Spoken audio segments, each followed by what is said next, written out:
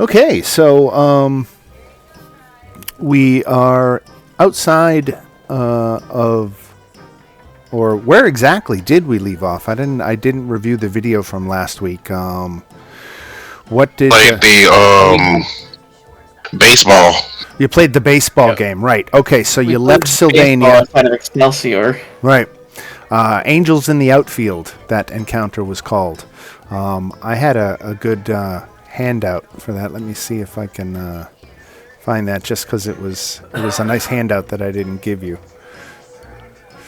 I'm going to post it here in the Discord chat so you can see it.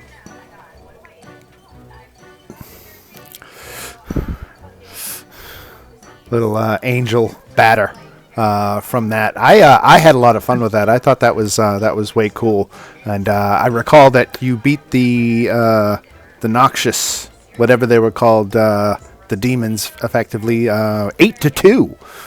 It was a trouncing. But the captain of the Angels team, after the game, approached the umpire and confessed that someone on his team had cheated. And while it didn't forfeit the victory to the Demons, it did call for a rematch to be held in 1 year's time, which is how that all played out. And with that encounter wrapped up, we get back into the Walking Castle-eyed Karoo, and Zathir pilots the structure onto the next town called Excelsior. Now, Excelsior, where is that? It's right here. Is the gate town to the heavenly plain of Mount Celestia. And it welcomes any who are willing to embrace the lofty ideals of good and law.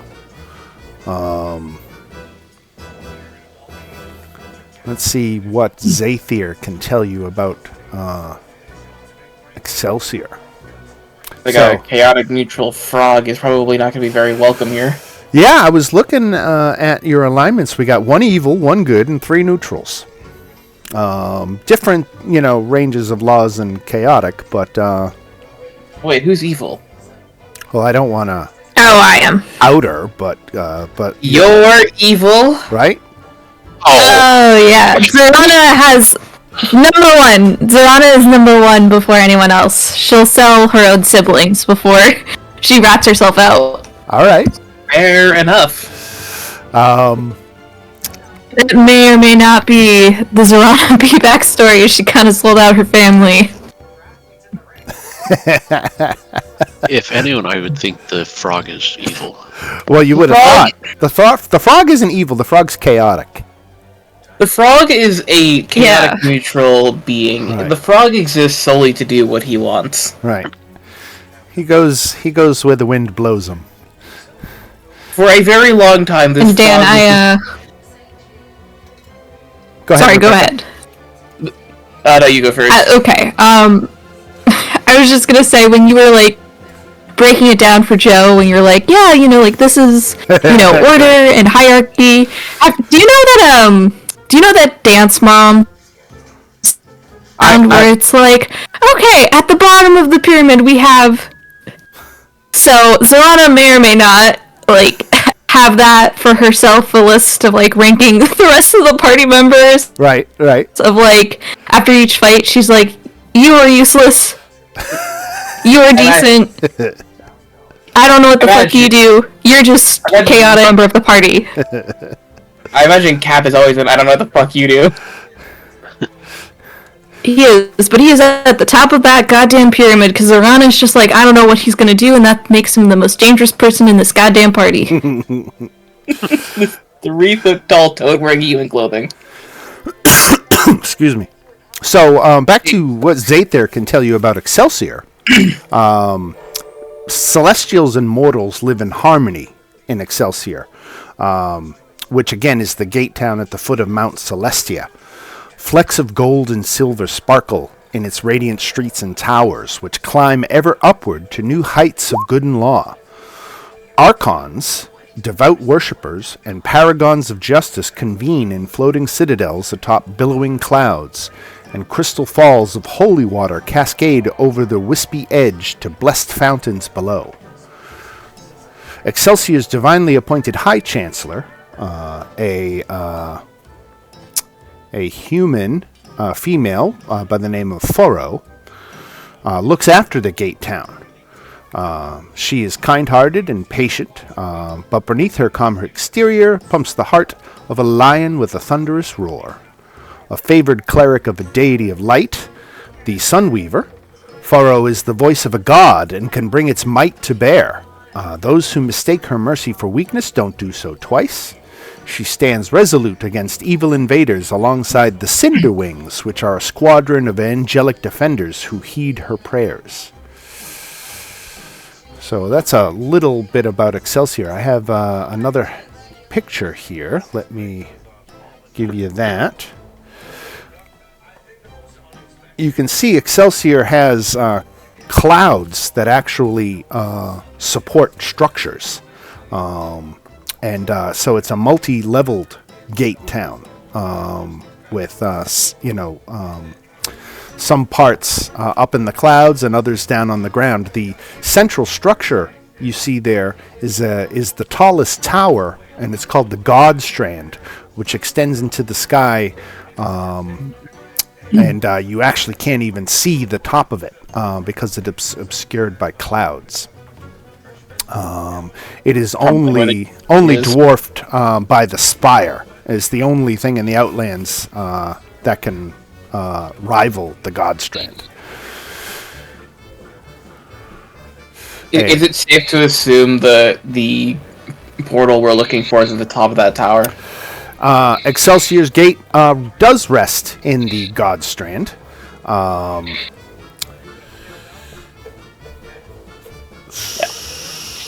Only one path ascends to the gate, and the tower defenses harrow those who seek to corrupt it.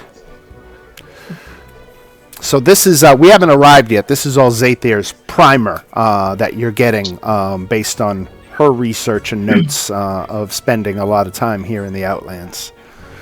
Okay. Would we be able to fit a short rest into getting to Excelsior? I think we can fit in a long rest. Oh.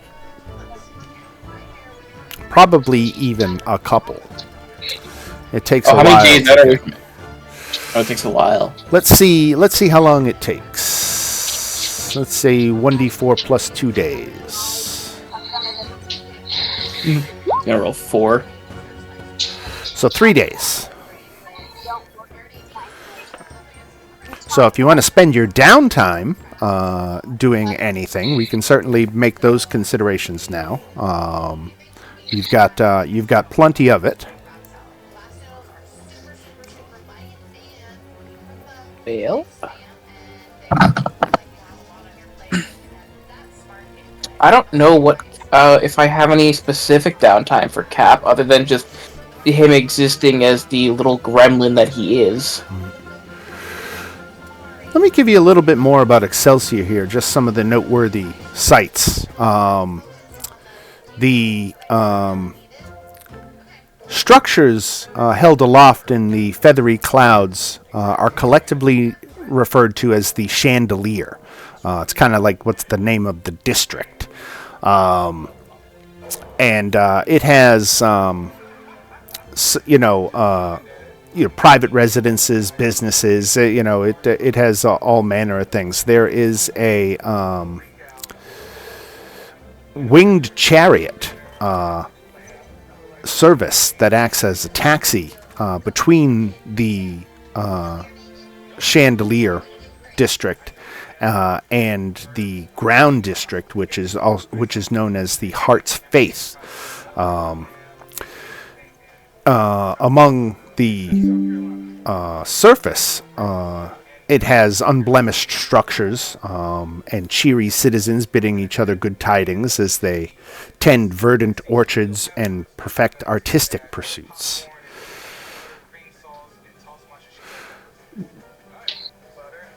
There is, in the Chandelier, a noteworthy site called the Zephyr Stables, which is a floating Pegasus ranch run by Cassandra Canius. And she is known to lend her flying steeds to worthy riders.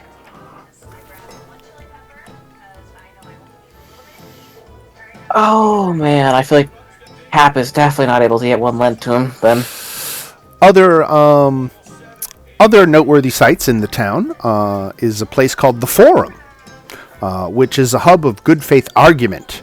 It is a row of gilded podiums lining a stage of a wide amphitheater where creatures debate concepts such as altruism, agency, or the gods and their portfolios.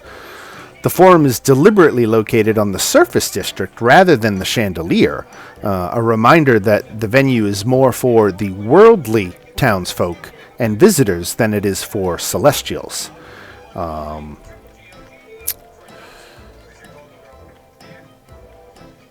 So that's a place called the Forum, which is an interesting spot if you're looking for different places to visit. But as we approach, you can see floating gardens and palaces orbiting the towering structures of Excelsior. And from amid the tallest buildings rises a tower of alabaster and gleaming colored glass that reaches into the clouds. That's the God Strand. As you near the tower, your Mimir rings like a bell, and its eyes pulse with a golden light. Celestial and humanoid townsfolk go about their business in peaceful harmony, moving between lush gardens and crisply clean shops and homes. Shortly after you arrive, a smiling lantern icon, or archon, let me give you that handout. A lantern archon approaches you and politely offers you directions to destinations in town.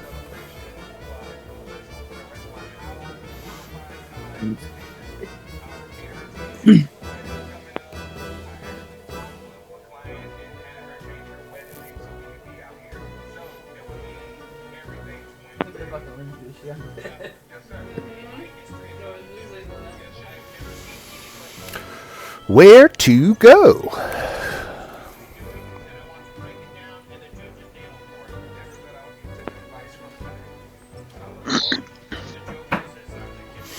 the silence is deafening. I'm trying to figure out. I was hoping someone else would have an idea. Well, I mean, our main goal is to do the recording, right? With the Mimir? Goal is the recording. I was going to say, if nothing else, you want to go to the gate to record your entry for the town of Excelsior. Oh, are we still looking for that monodrone? Mm-hmm. Rome. Yeah. RO4M. Rome. Okay. Yeah.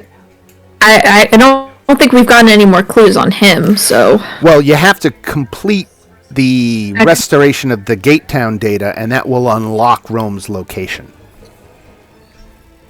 Okay. I'm sorry. I thought we had from two sessions ago when we were in that fight that was connected somehow. Okay. Right. I see. Right.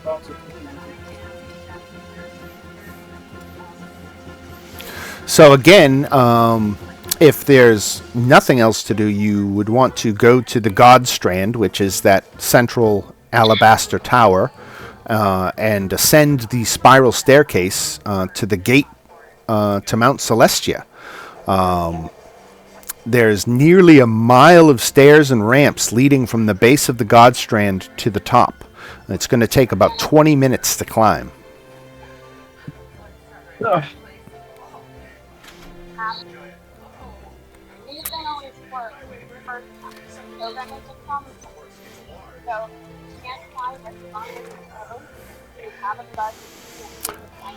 So without... yeah, if there's no issue, so we go straight to the God Strand. Straight to the God I don't know. Is there any issue with the party being very morally questionable entering the town? No, this is the Outlands. This is,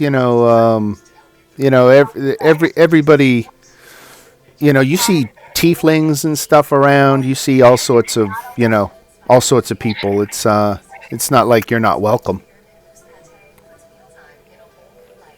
You know, I mean, you just had that lantern archon fly up to you and be like, "Hi, welcome. Can I help you?"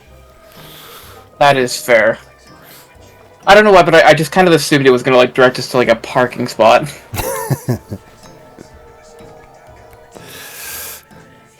Yeah.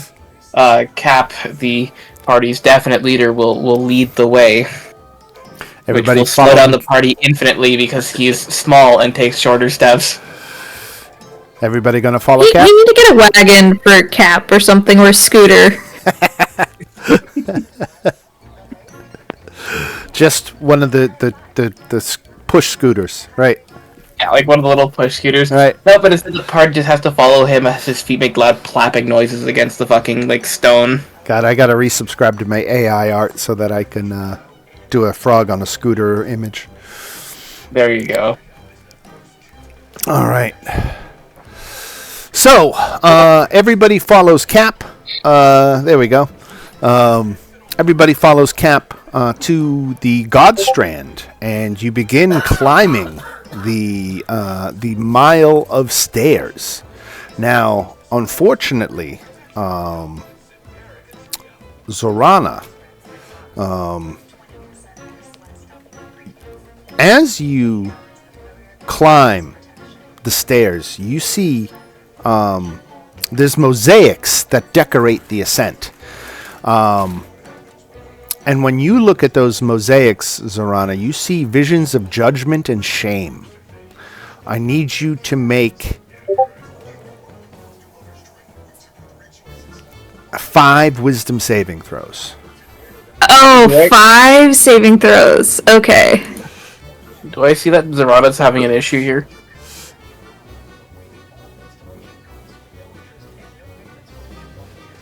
Nice. You Oh, crushed damn. them all. Okay. Crushed them all. All right. So, it makes you very uncomfortable. And go ahead and make a perception check or insight check. I'll let you choose. I have a way better insight. All right. You're looking at your fellow party members and concluding that they must not be seeing the same thing you are because it's making you uncomfortable and they're obviously in no distress. So either they don't notice it or they're not seeing the same thing that you are. Cool. Cool. She's just gonna keep that to herself. All right. Go ahead and make 5 more wisdom saving throws. Oh my god! 5 more, that's crazy. Okay, now here are the bad rolls. No, you still crushed them all. It's only DC 10. Unfortunately, Oh my God. you've got to make 18 of them.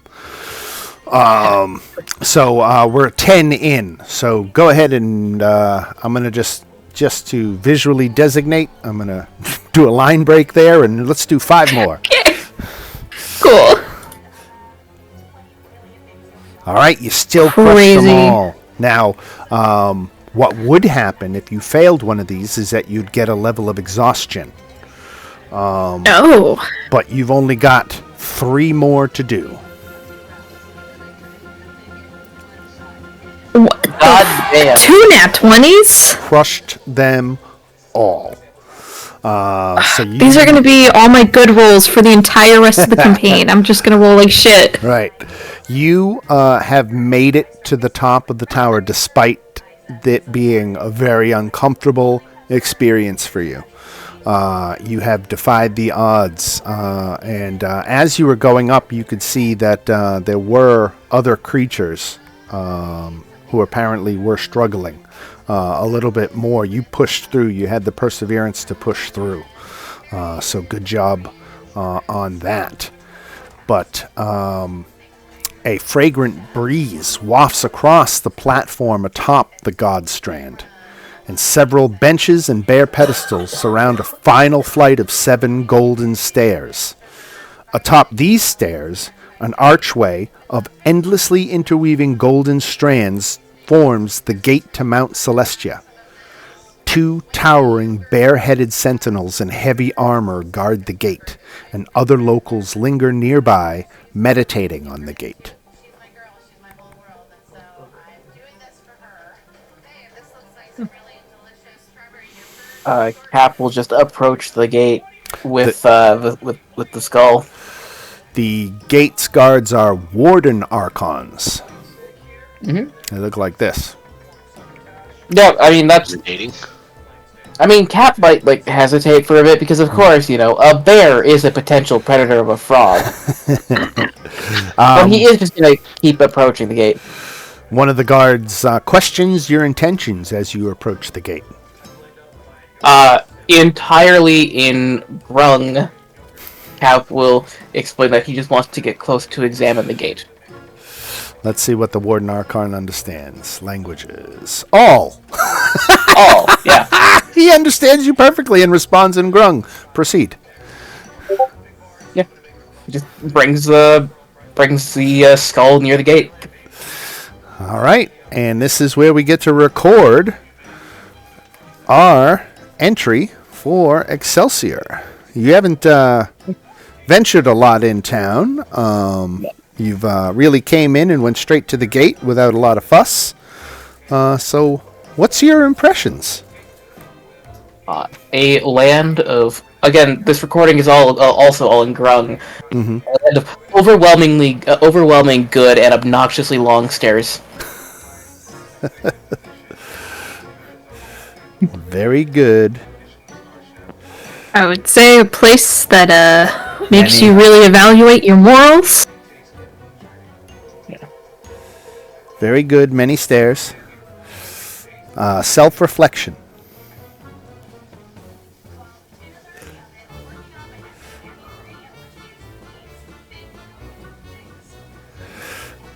All right. Anything else?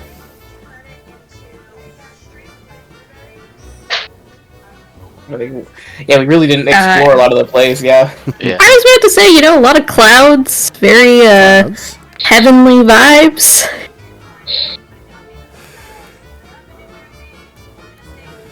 Clouds, heavenly. I'm writing all this down. I got a little cheat sheet here. Actually came with the game. This is the Mimer Restoration Tracker. And I am recording all of your entries on this as it will be relevant later. I'm gonna assume obnoxious amount of stairs is not in there. This is a blank form. It has no preconceptions of what you could or should say. I'm Okay. just supposed to decide whether I feel, in my judgment, that it is an accurate description or a skewed description. Should we go and investigate the town, the city? I mean, so the gate leads to what plan again? Mount Celestia. I mean, like, Mount Celestia... Like, that is basically, like, the lawful, the pinnacle of lawful goodness, isn't it? It is. Oh god. Yeah, Cap's never gonna be there. I wonder how a lawful evil person, would be dealing in an environment like that. You would immediately burst into flames.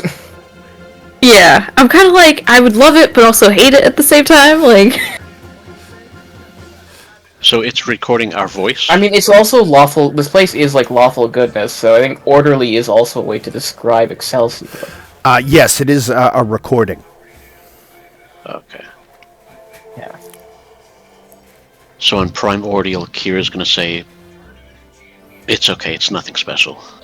Nothing special. Nothing special. Goddamn. Now, And then it's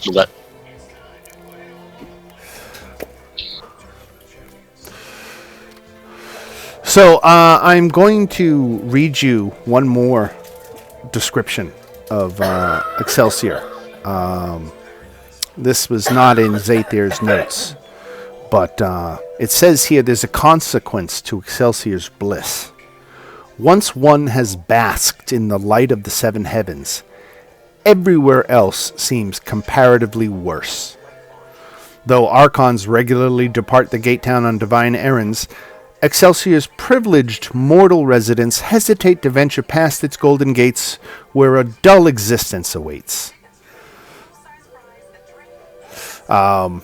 So that is how the residents would describe their town. Everything else is comparatively worse. So the description of nothing special might be skewed.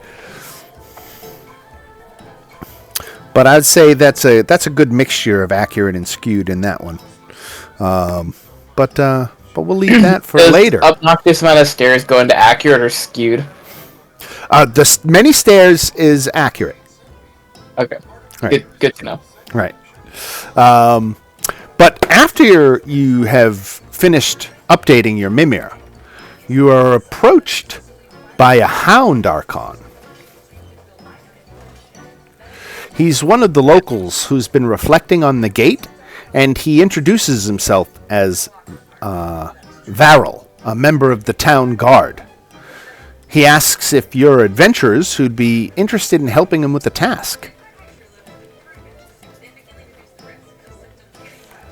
What's the task? The canine-headed Archon lowers his voice and says, I'm in an unusual predicament. Locals have been disappearing from Excelsior for weeks. My investigations led me to a tiefling named Sincerity, who has been seen near many of the places where people went missing. Recently, I saw her enter a garden, and an individual there vanished soon after. Sincerity is being questioned at our headquarters now, but unless the interviewers turn up something, we have no proof to hold her. I have my suspicions, but I won't accuse someone who could be innocent based on my own possibly flawed perspective. That's where you come in. You're not from Excelsior.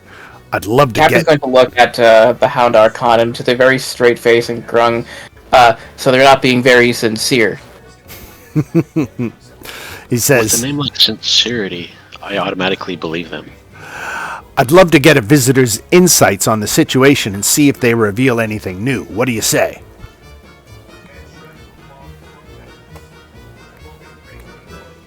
And if anyone is wondering, my inspiration for the voice of Varel is McGruff the Crime Dog. That's that. Understandable. I mean, I'm down to do this. I'm willing to pay you for your time. And Oh, Zorana steps up and says, okay, sir. Just shakes his hand like, yep. You had us at money. you had us at money. Do we get paid by the hour or like one flat fee? He says, well, I could offer you a flat fee of $2,500, but if that's not enough, I could throw in this brooch too. It's sculpted with watchful canine features. He says it's a magical item.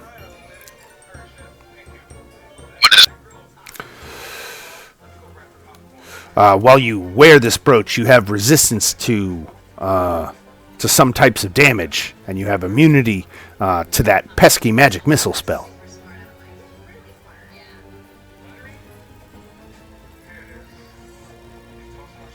It's a pretty good deal. I'll just show you.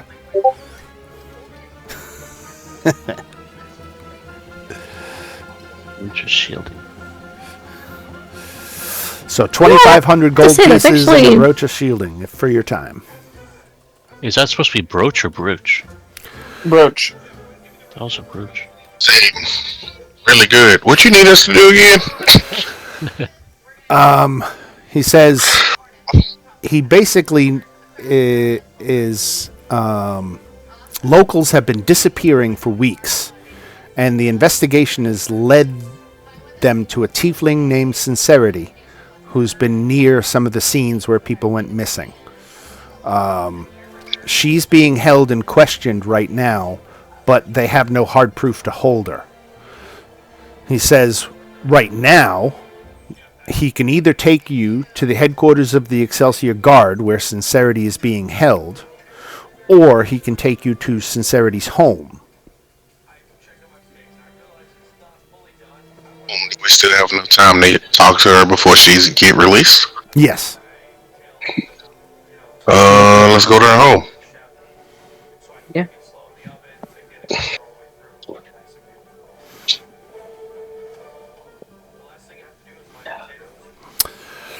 Okay, so Varel directs you to a tower of comfortable apartments. He has some official errands he has to attend to, so he's not going to go with you, but he gives you the directions to get there. The front door to Sincerity's home is locked. So that's where we will start.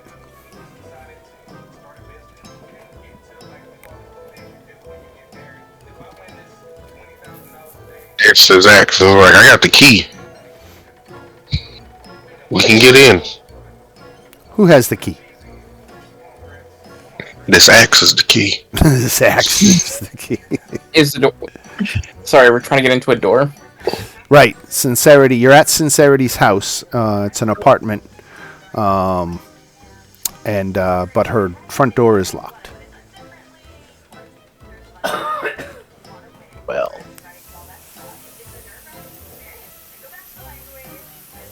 do I have it on me?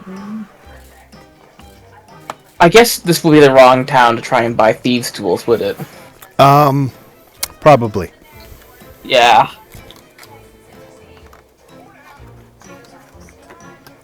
Yeah, Cap will just sort of. We don't. Yeah. I was about to say I have the spell locate person or locate creature. I'm sorry, but I need something of Sincerity's. Well, they have her. You know where she is. Yeah, Sincerity's doing help. Right. We're just trying to get into her house. Oh, okay. I'm sorry. My I fucking Wi-Fi is really bad tonight. I definitely have spells that can get us into the house, such as this. Mm-hmm. But everybody would hear that. Does anybody pick locks? I don't think we have a rogue. No. My sleight of hand Yeah, is we're not 3. sneaky. What about that person that went missing? Well, there's Like, so Varel, before you parted ways, you did not ask him about the residents, but you do know that there are 5 residents who have gone missing. Can we get a personal item of theirs and track them?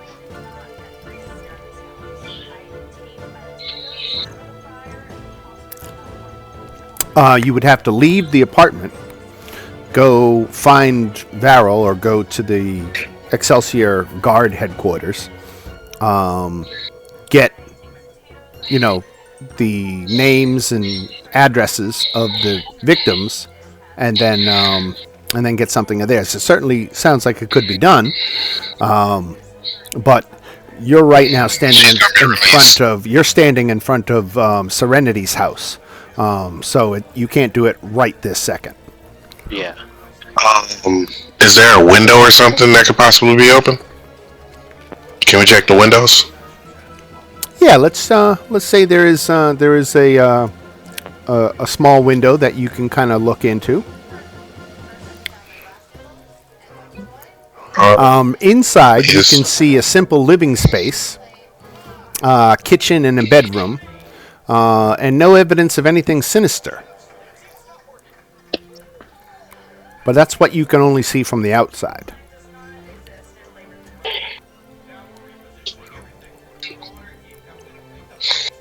Does she have a chimney? There's a terrace that you can see going off the back, but you can't see out onto the terrace. Is this house like on a cliff or something? Yeah, it's a tower. Oh, okay. How far up is the terrace? A couple 100 feet. Couple 100 feet. How high can you jump? Well, it doesn't matter how high I can jump. Why doesn't it matter how high you can jump? Because Cap is a very ingenious frog. Mm-hmm. and will just cast Fly on himself. All right. How can you fly? Cap flaps his arms real hard as he casts the spell, and he just takes off. Oh my god. Yeah, Dan, I fly This is now. the equivalent of when pigs fly.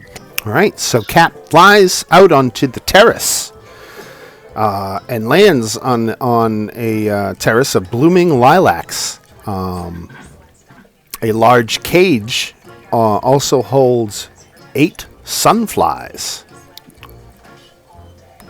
What are sunflies? Sunflies. Sunflies are whimsical, buzzing inhabitants of the outer planes. They travel widely and are important indicators of the health of the realms in which they reside. There's a very brief moment where Cap is tempted to try and eat one. Some and he view resists them the as urge. loathsome pests, others as adorable pets. She got pets out there. That door got to be unlocked. Yeah, is that door unlocked? Cap is gonna try the door. Yes, you can get into the house from that side. Great. Cap being up here is gonna just sort of try and find a key to if he's gonna go down to the front door, can the front door be unlocked from the inside? It can. It can? Yep. Great. Cap is gonna, for a few minutes, take some time to consider unlocking it, and then unlock it. All right. And he's sort of just like, still under the effect of Fly, he just pulls the door open, he's like hovering 3 feet off the ground, making him the height of a normal person for once. You can look people in the eyes instead of up their nose. Exactly. See, the robes are no longer like fully touching the floor. Okay. All right. So again, everybody now has access to the interior. You find a cozy and simple living space with no indications of anything sinister. That's thoroughly looking around. Yeah. Any odd-looking features or things that don't add up? Well, before we go further, I think I have to interrupt this game for... Is it jerky time? It's jerky time. Hell yes. Quick jerky break. All right, I need to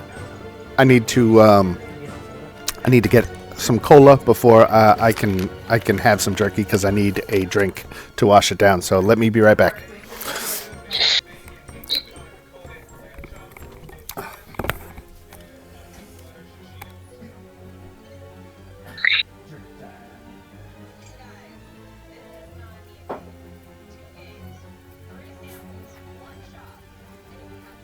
I'm going to use this time to go get some water.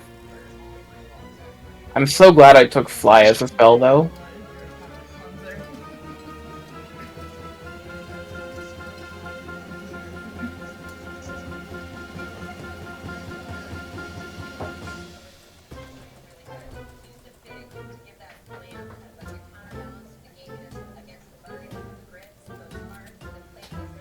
Okay, let's see what we get this week. The alligator or the camel, I really do. You want to pick? No. All right. Continue with the random pick. All right, here we go. Oh no, I didn't. I wanted to know if you wanted a random pick. Yeah. All right, random pick. Here we go. What could it be? Could be anything. Could be camel. Could be alligator.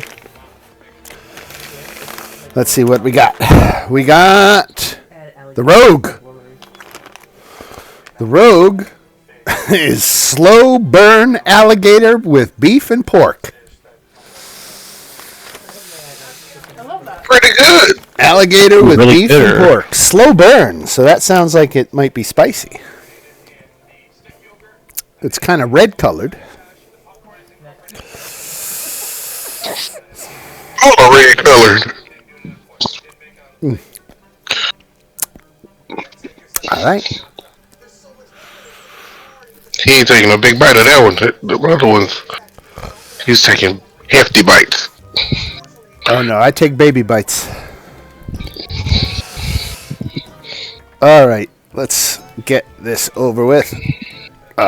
It won't get out of the tube. There we go. All right. I don't know, maybe it's Should I smell it? Do you think that I wouldn't advise it. it wouldn't make it? It would just make it worse. Just You go have ahead to and just- dab It it. would. It's like a wine. It's like a wine tasting. You have to smell it. Adam says it's like a wine tasting. I have to smell it. Let it breathe before you eat it. Oh. You see the face?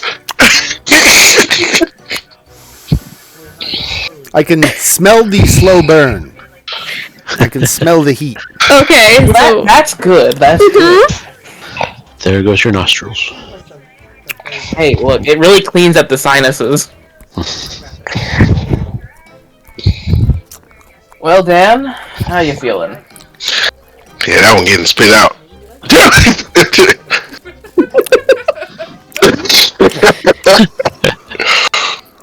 What's wrong, Dan? you're trying so hard, and Quitters are quitters. Gonna be a quitter today. he's really trying. Oh, another bite. Okay. There you Oh, go. you always say 2 bites. It's growing on him. He's beginning to like it. Yep. Just like, in a couple of months, you'll be raving about how good these are. Uh-huh. Why are you making that face? Because he's really enjoying it. I'm making sure I get it all out of my teeth. That's the expression of somebody who just enjoyed their meal. Again, like the sriracha, whatever the hell it was last week, or jalapeno, whatever it was jalapeno. I think the spicy takes some of the sting out of the jerky. This is not terrible. It's awful, but it's not terrible. Okay, so in this scale, terrible is lower than awful. Lower than awful. Yeah. Oh, So maybe- terrible's like a 3 and awful's 1. Yeah, I gotta say, I don't know. Maybe I'm just getting more used to them now that I've had like 5 or 6 bites. But both last week and this week, I mean, I'm not saying I like it, but This is a very unique form of torture. yeah. Would you have it again? Yeah, No, Really? no. I mean, I got right here in my little desk. I got a box of Slim Jims, mini Slim Jims, and I love Slim Jims. I love the shit out of Slim Jims. I eat them all the time, but this jerky, isn't as good as Slim Jims. I'm gonna have a palate So, like- cleanser. the palate cleanser of Slim Jim. Right? Imagine that. A Slim Jim has a palate cleanser. Alright, so let's say in the hypothetical situation that you're at a gas station and there's a bunch of beef jerky in front of you and they're all the ones from that D&D flavored one. Right. Which one would you choose so far? If I had to pick, You had to pick. You're at a gas station, it's a long road trip, you just need something. this is all they have to eat, and I haven't eaten in This days. is all they had to eat. Everything else is cleaned out. All they have is like shitty beef jerky. I still haven't had the Bard, which is buffalo style chicken. That's gonna be easily probably the best. The first one I had was the Barbarian, which was sriracha flavored duck. Sriracha flavored duck. I didn't care for that one. Why did they choose duck for the barbarian? Didn't I do the Druid, the honey barbecue style turkey? I don't remember. That was last week, right? What do I have left? Jesus Christ, there's so many left. There's still like 6 left. Wait, no. 7. What is artificer?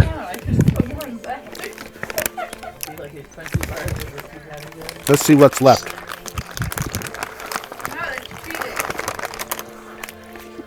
We got the Paladin, That's a camel. the Warlock, Paladin, Warlock, Monk. Paladin, Warlock, Monk, Bard. Paladin, Warlock, Monk, Bard, Cleric, The warlock is scary because they don't say what meat it is. Wizard, and Sorcerer. It's whatever they have left over. Right. Yeah, it's calamari. It's a mystery meat. One of them's gotta be like fucking kangaroo. Somebody forgot to label Nah. the thing, so we don't know what this is anymore. Yeah. The monk the monk is either some very lean meat or it's straight up just like a veggie beef jerky. All right. He put the ingredients in the chat. Oh yeah. I forgot what he did. Yeah, it's back there. Let's see. Wonderful. All right. Sorry for that little detour. I just wanted to get that out of the way. Oh no, your facial expressions was worth it. Amanda Honestly, loves this part of the show, so she come over and said it was time. So Every part of this was worth it. right. What I'm fearful of is what they're all gone. Whether I'm gonna wake up to more. My birthday is coming up in a couple months. I don't want that. You had better hope you wake up to more. I think I just gave her an evil idea. If they have a bulk sale, it's all the ones that people don't like. Right. Yeah, it's all Which is just probably all of them. barbarian. Right. Yeah, they're. Yeah, it is what it is. All right, where'd we leave off? Kidding. Oh, we were talking about. We did the. You were just getting into Serenity's house. You found the sunfly cage, with closed by a simple little hook, like a parakeet cage would be, out on the terrace. A simple living room and kitchen, and all in all, nothing in the house really worth more than a couple of silver pieces. Nothing extravagant, nothing of value. It's a pretty simple and humble living space.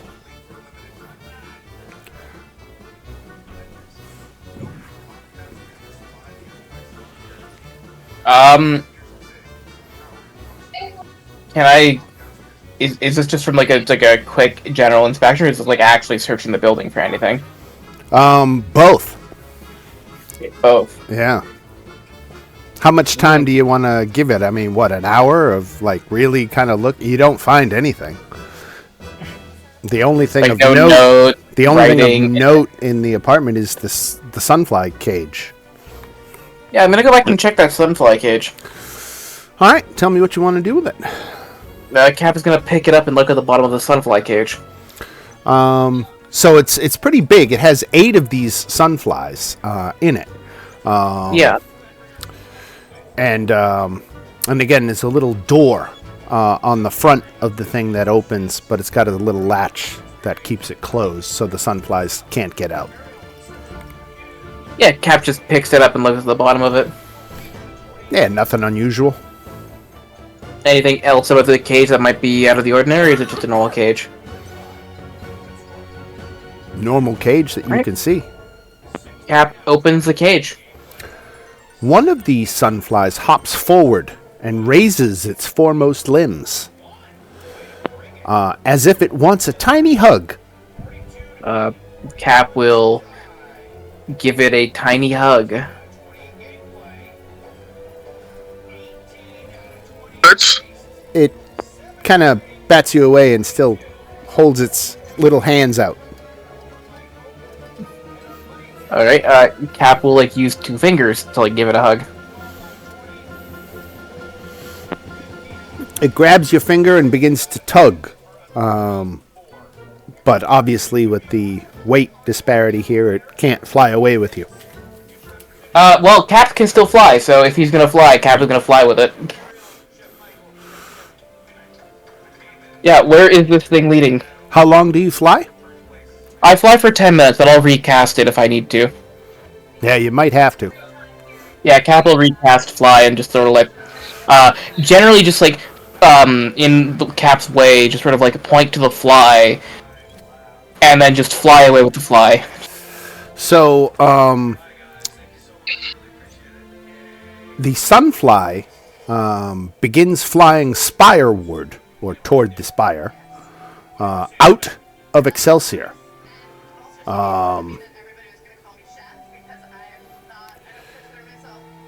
One second, let me just check a note.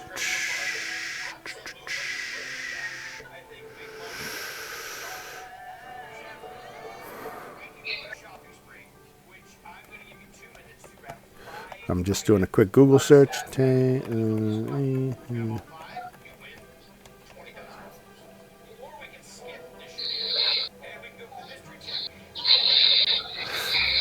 So after about, you have to recast halfway through.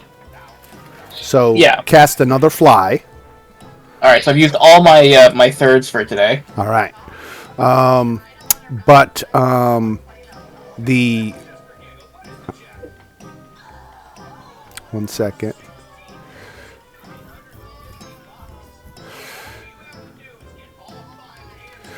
An enclosed wagon sits. Now this is only for Cap because Cap has left you all behind. An enclosed wagon sits in a soggy dell outside Excelsior. It appears to be made more of mold and moss than timbers. Instead of wheels, the wagon rests atop what appears to be 6 giant rolled-up pill bugs. A rickety door stands at its rear.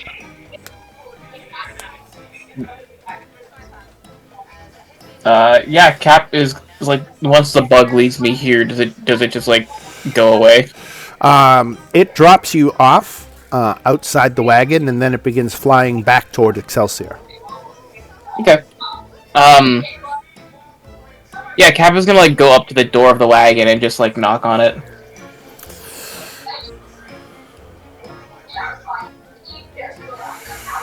Let me read to refresh my... I'm sorry, the frog flew away. I didn't realize it was gonna be a thing.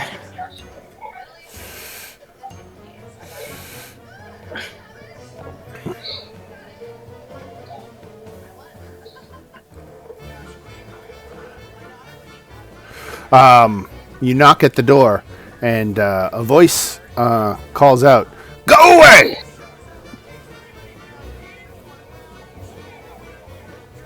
What did they say? Go away! Go away. Cap will knock again.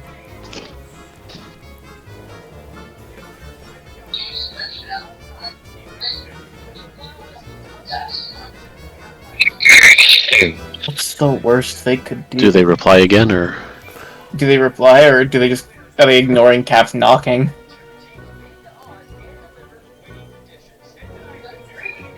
Flies come back and come get us.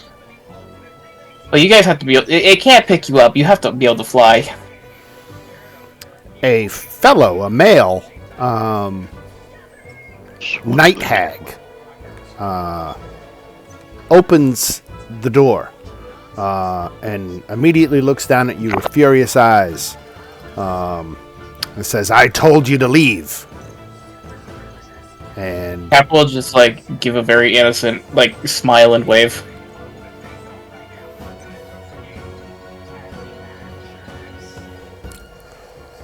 And you can't be mad at this face, right? roll for initiative. Uh-oh, fuck. Oh no! I'm so screwed. I'm so glad I have this spell. is that everybody or just the toad? I think it's just me. Just Cap. Damn. Oh, Good job. fuck. I know what I'm doing, guys. All right, so the night hag goes first. Ah, fuck. You're trying to convince the sunflies to help fight for you. So I'm still under the effect of fly right now. It took like 20 minutes to get there, so you are out of fly. Out of fly. Okay. That's fine. I still got this. Alright, what is this thing doing to me? It can't turn me into a frog.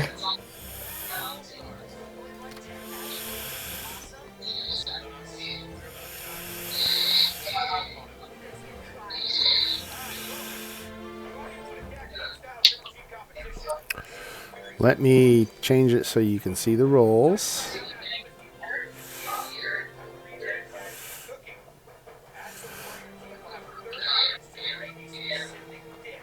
All right.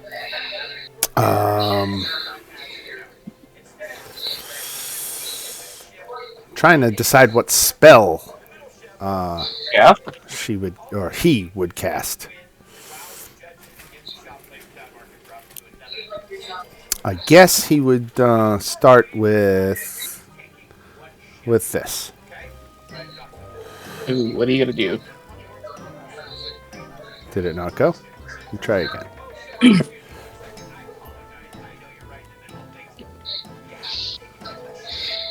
Wait a second.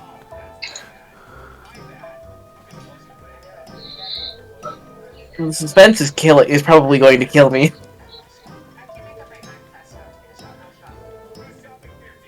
Who person is this? I'm trying to figure out if this is a spell. Okay. Speller a bit of trait. Well, it's confusing because the spell list has the stuff for a coven, which this isn't a coven. This is an individual night hag. Yeah, so they wouldn't be able to do coven stuff then. He can innately cast the following spells requiring no. So I guess it would be magic missile. All right. Magic missile at me? Right. I'll just use my free cast once per day of shield. All right. That's your turn. In Grung, Cap snickers at this thing before jumping off the edge of this platform we're on. You're actually outside of town now, and on the ground. And this we're on the ground. Yeah, you're back on the ground. I thought we were high up. No. You are about a mile outside of Excelsior. Okay. Cap is just going to, just start walking away then. Like, I'm not in melee range of this thing, right? Well, you were at the door, so yes. Oh, yes, okay. So I'm in melee range. I've got this thing here. Well... I mean, I might as well, while I'm here. I can see into its house, right? Yes. Yeah, I'm gonna cast Gravity Sinkhole behind it into its house. Okay. So it needs to make a DC 15 con save. And it's got magic resistance. Yep. So a DC 15 con save with advantage. Yep. Okay, I'm gonna force with Chronal Shift. I'm gonna force him to re-roll just that 19.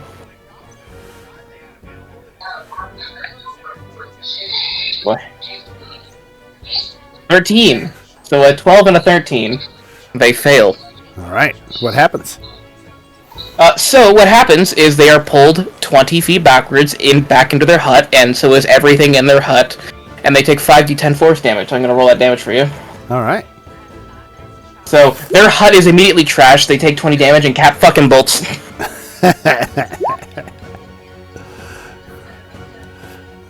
All right.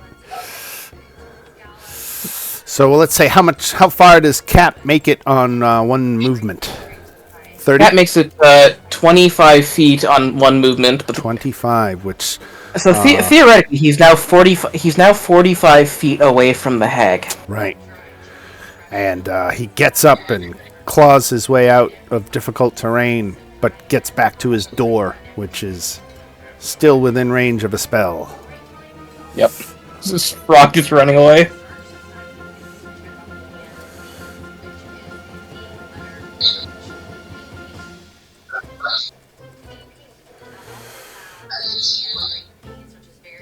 All right, so...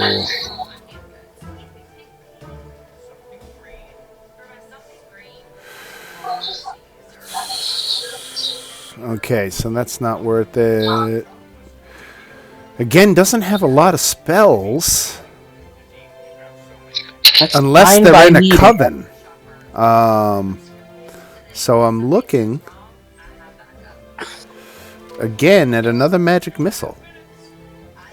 Another magic missile. Cap will upcast. Oh, actually, no. Cap just has his first spec. Cap will cast Shield to immediately block the magic missile. All right, and so we'll say there's a good 30 feet of separation between you two now, and it is your turn again. Yeah, Cap is going to run 25 feet away, pull out the Wand of Magic Missile, because 2 can play this game. Right. And he's going to spend 6 charges for 8 missiles. Okay. So it's 8d4 plus 8. Oh, and he took 20 damage, right? Yeah, he took 20 damage, takes an additional 26 unless he can stop this. All right, so 46 damage, because I forgot to record the 20 damage. I hadn't dropped a token for this thing. All right, fair. so 46 damage. I just got to check. That was force damage, right? Yep, all force. All right. All force, 46.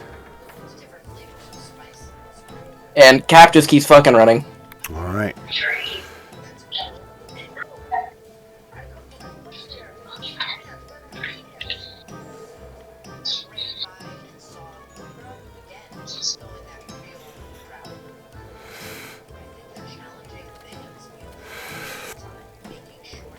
All right.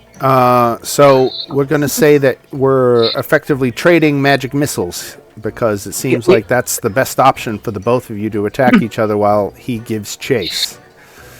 Oh, is he also chasing me? Yeah. Oh, wonderful. I think I'm going to die, guys. Not at this rate. You only take... Well, there's 3 magic missiles at first level. Thank you. But Cap will spend another first level for shield Okay. to negate all the damage. Right. To continue running, Cap is going to move because this thing is gaining on me, right? Because they move 30 feet. Its speed is 30, right. So it is gaining Yeah. slowly, right. I can't outrun this thing.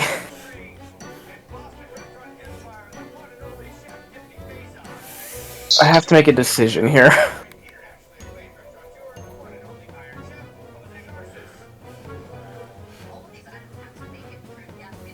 Cap is gonna cast Chromatic Orb at 2nd level at this hag. Okay.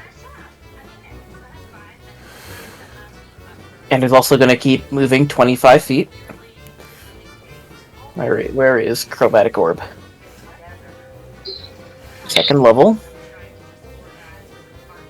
I think that probably misses. 14 misses, right. Unfortunately. Alright. And we're going to say... one more Like, magic... at what point does like Yakety Sax kick in? Right. So take... unless you can shield it again. I will shield it again. I have one more after this. All right. Yeah, so I shield. But at this point, the Night Hag breaks off the pursuit. You're clearly running away. Took one last shot, but is not continuing to chase you. Okay. Does Cap realize that they're breaking off? Yes. Okay.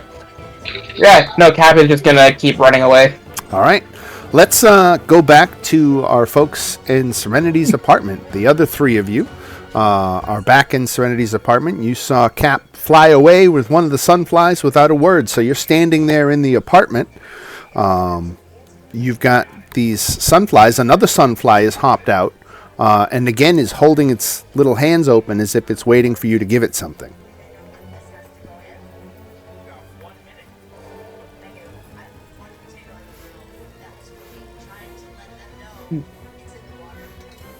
Do they talk? Is there a way to communicate with them? I don't think they're intelligent that talk. These are more like trained animals.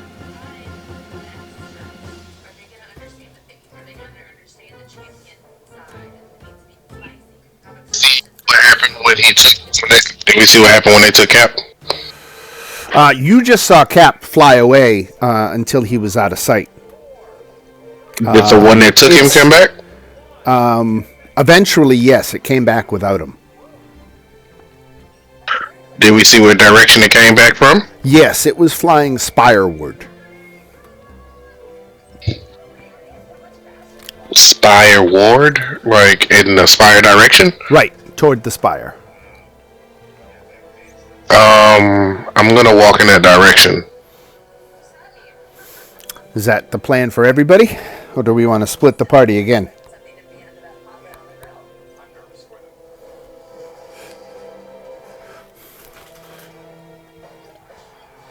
I would think we should stick Well- together. We already lost one member. Yeah. Unless we want to say Rylard stays behind, is the only one just kind of like we did with Kira when we were doing the paperwork. Right.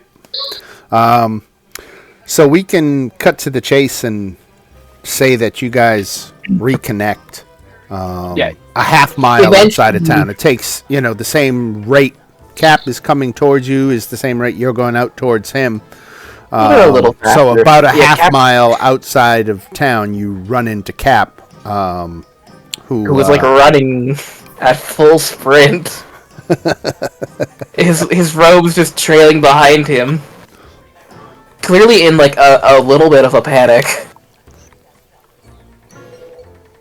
Hey, what happened? Cap just is like pointing at the direction he ran from, and is just going to like in the best way Cap can, as he cannot really communicate with you people. Is just going to write down hag inside a cart.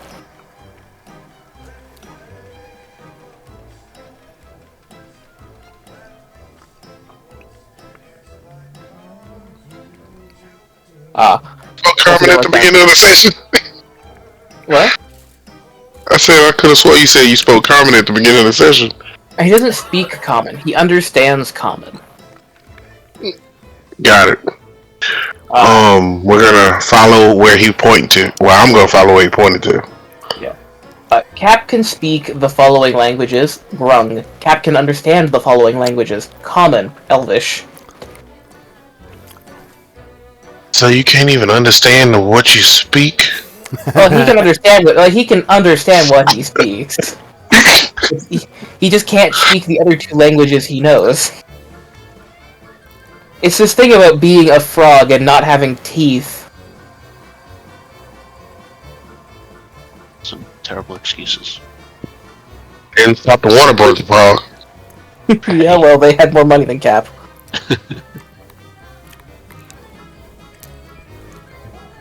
Yeah, Zorana is not going to learn the tongue spell. She's just after she heard Cap's, grung, she's just like, I'm not learning how to speak that. Fuck it. That's fair. If I sound like that, I'll kill myself. Lead the way to where he's pointing to. Yeah, Cap will lead them right back to the wagon. It is a fucking mess because Cap cast a sinkhole inside it. right. It's like everything in that cabin has just been pulled towards the center of the cabin.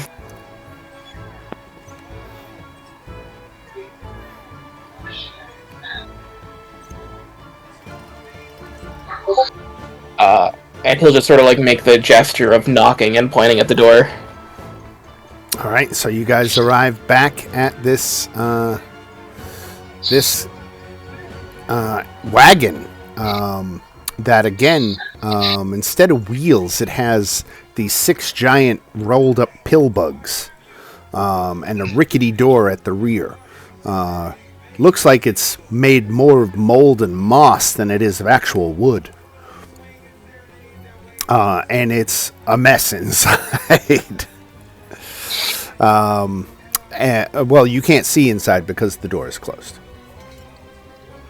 But from Cap's report, it was a mess. You can hear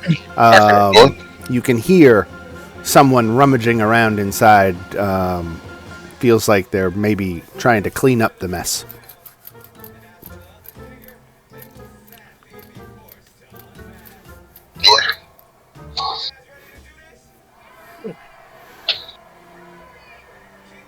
Sorry, what did you say, Lex?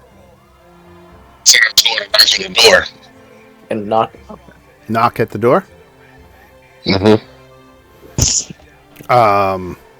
You hear angry foot stomps coming toward the door, and it flings open, and this night hag male is stands before you and says, How tall is that night hag? What's that? I said, how tall is that night hag? Let's see. Well, it's a medium creature, so I think it's human-sized. So let's call it 7 foot tall. It's a little tall. Okay, so we're looking by eye to eye. So he's expecting to see a frog at his door again, I'm guessing. Right. What do you Cap is want? in Cap is in like the background, smiling and waving. Oh, you're with him. And he points at Cap. And it says, I'm putting you in my stew. You watch yourself, little one. Hold on. We understand that our friend probably damaged your house. He has no sensibility of respecting people's stuff. So, we're just trying to understand what transpired here because we saw the bug fly this way. So, we're just trying to figure out what's going on.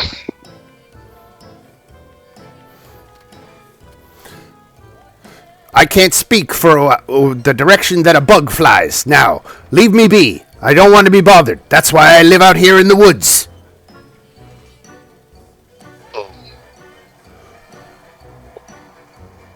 And now that the door's open, can I see what's inside his house? So, it's filled with empty, filthy cages.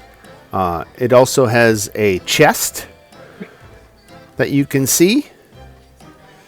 But that's it. Oh, you know what? I'm just gonna, just because I'm the lie detector here, I'm just gonna ask our hag friend. We're just, apologies. We were investigating some disappearances recently.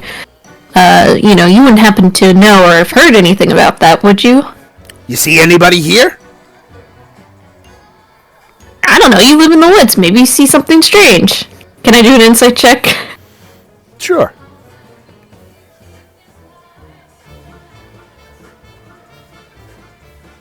Okay, that could have been better, but okay.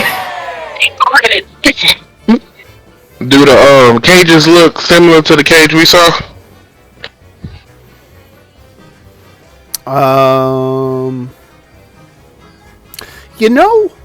It's not clear to me. When they say that the wagon is filled with empty, filthy cages, I mean, again, are we talking... That's literally what it says. But it doesn't tell me whether it's a cage for, like, a person, or a cage for a sunfly, or what kind of cage it is. It literally, that's all it says. So I'm not sure how to answer that question. I will make a ruling that they're smaller cages for, like, animals, but they're in squalor. The cages are. What are they made out of? Metal. But also in the house is a locked chest. You can see it has a lock mechanism on the front of it.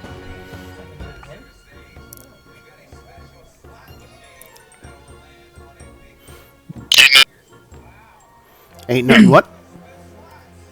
We're investigating an individual, and our friend, and I look at Cap, and I'm like, Cap, when that fly brought you, did it bring you here? Cap nods. Okay, so the fly from the person we're investigating brought Cap here. That's interesting. And then it flew back without Cap back to the place where we were. It kind of makes me feel like you're connected.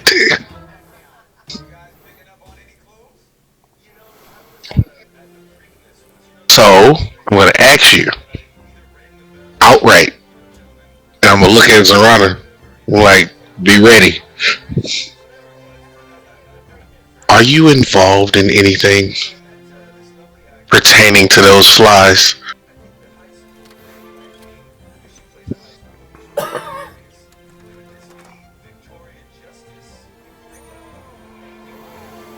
Can I make another insight check as he asks these questions? He begins casting a spell. Ah, son of a bitch. Roll for initiative. All of us? Gonna beat me. He's not gonna beat me. He's not. He's not gonna beat. Yeah, he's not gonna beat. Wait, what is your initiative modifier? Son of a bitch, that's a good initiative. Can I beat it? No. But I tried. Ooh. Okay. Do me and the hag have to do a roll off, like to figure out who goes first? The Night Hag's dexterity modifier is +2. What's yours? Oh, no, okay, that's, I mean, I did it through Roll20, so it's a +1. Your dexterity modifier is a +1? Yeah, Okay, so Night Hag goes first. okay. I think the order is literally, because of 316's Cap, Night Hag, Serana. Say again, what? So the order is, because we all rolled 16s, it's Cap, Night Hag, Serana. Because I've got a +3 to my dex. Right. Okay. Where does the .16 come from? That's what's... tiebreaker. That's his dexterity, right? 16? Yeah, so... No, I'm saying... Oh, like on my initiative score? Yeah. So Because you and Lex both have a .16. yeah, it's a tiebreaker thing. You can, if you go to like the settings on your modifiers, there's a little checkbox for add dex tiebreaker to initiative.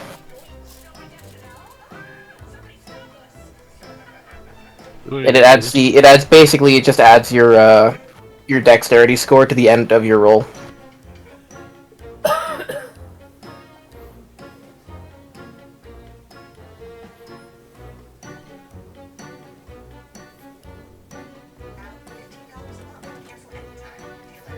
It just makes it so like the turn order can just auto sort from using the tiebreaker numbers. Right. Interesting, okay. All right, so Lex, you get the drop on Uncle Longteeth. What an awful name! I love that one.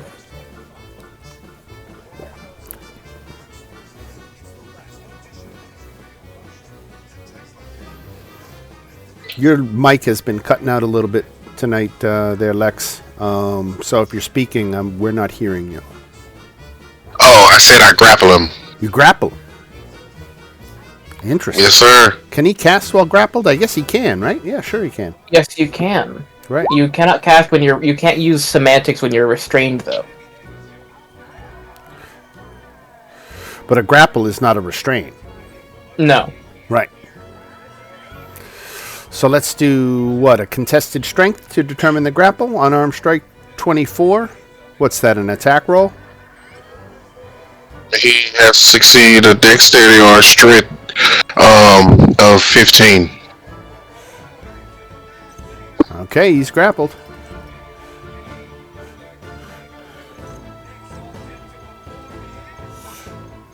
And I...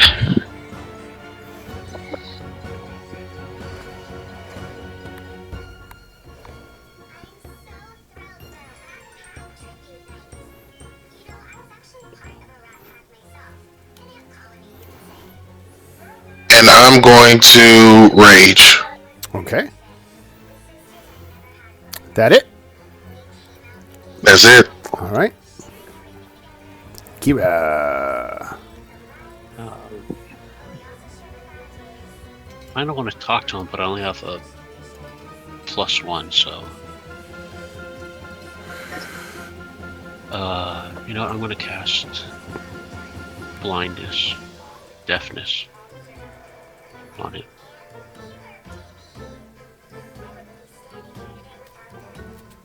Oh wait. They made their save. Dang, I can't even chronal shift that. Is that it for Okay. Kira? Yeah, that's it. All right. Cap. Alright, so Cap is going to hit the head with the Night Hag with momentary stasis. Needs to make a DC 15 Constitution save, or is encased in a field of magical energy for its turn until the end of my next turn. It's incapacitated. It would be incapacitated. Speed of 0. 15. I'm going to use my last use of Chronal Shift to make it to force that reroll on the 15. Damn, it's not frozen. Damn. I'll try this again later. All right. The Night Hag gets her turn, and he. I'm so used to referring to hags as females. It's throwing me to have a male. I think it's good because I think there's a certain misogyny in the Night Hag lore.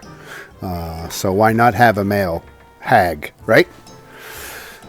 But Fair enough. all that aside, Uncle Longteeth disappears from sight. That motherfucker.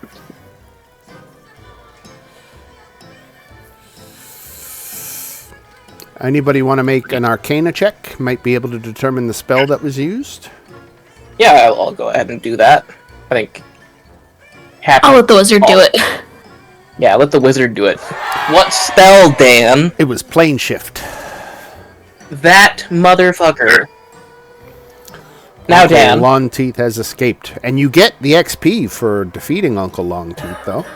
Now, Dan. Yes? I hate to do this to you. Right? I am going to attempt a counterspell. Okay. I know this is probably. I know I have to roll for this, but I'm going to attempt the counterspell. It's a, 8th level spell? 7th level spell? 7th level spell. Yeah, so it'll be like the DC is like 10 plus spell level. Is it 7th or 8th? 7th, I think. Alright, so I just have 14. Fuck. We don't get it, guys. Right. Uncle I'm unable- Longteeth has escaped. He knew he was outnumbered. Once he when- saw that frog, it was all over. When you confronted him with evidence of his involvement, he decided to get the hell out of Dodge. So can we search? Guess we got our answer. Now we can go question the lady. Well, you got this locked chest in front of you. You could deal with that first. What's up with that? Is anybody around? No, it's quiet. I use my axe to open it. It is I break the lock off. It is a steel chest, and it's not like an external lock. It's built in. Never mind. I can't do anything with that. Is it magical? Do the we chests see a themselves key? are not magical. You could search. They It'll have the take key you a on them. couple of hours to search in the Yeah, nest to potentially find the key, but they're all. I accidentally rearranged the room. But there's also the possibility that the key was on Uncle Longteeth when he fled. Nobody can pick How locks. heavy is this chest? We'll say with enough time you can bust it open. It takes you a while, but eventually you bust it open. And inside there are 6 bottles.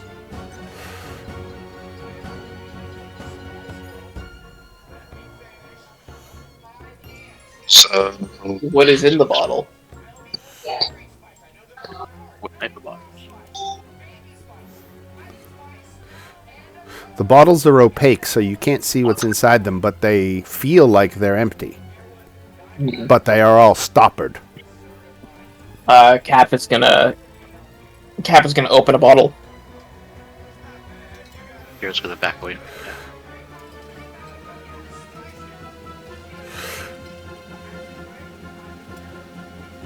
Yeah.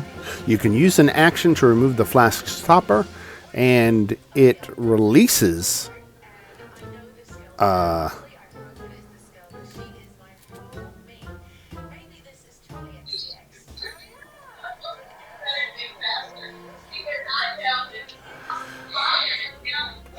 Does it okay. release a smelly wind? Yes, it releases. Wind is Bart. blowing. Suddenly there is a dragonborn in front of you. And they look very disoriented. That's not good. How many people were missing again? 5. And we got 6 bottles. Yep. Yeah, it's 6 bottles. Cap is gonna open another one. And a confused gnome appears. And to they begin satisfy his the curiosity. dragonborn and the gnome. Where are we? What's going on? Where is that Serenity?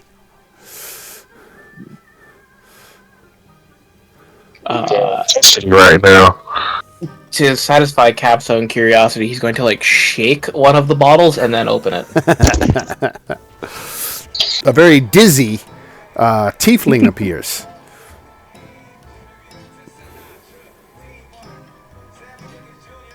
She was trying to catch them all. Worst starter Pokemon ever.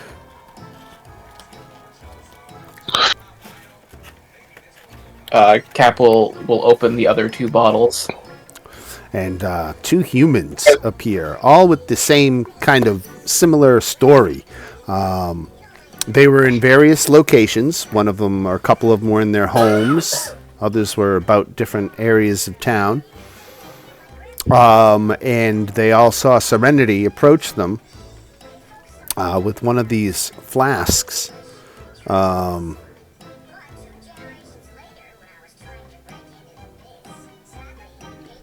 Cap is gonna open up the last flask.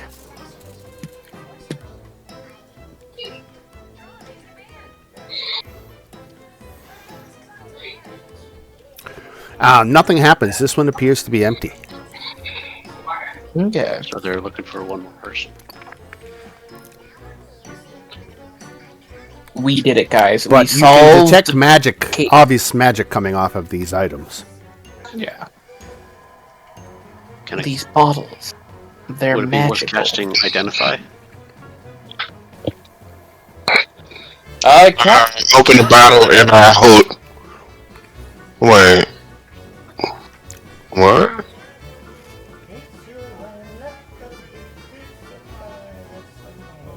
Oh, they're iron flasks. Okay, that makes way more sense. However, they have a little difference to them, which I'll post here in the in the Roll20 chat. Okay.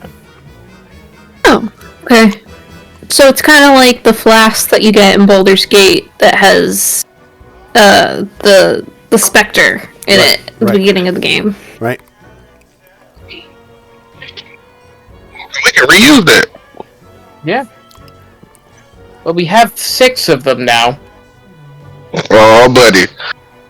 Let me get one of them Pokeballs. Cap starts handing out Pokeballs.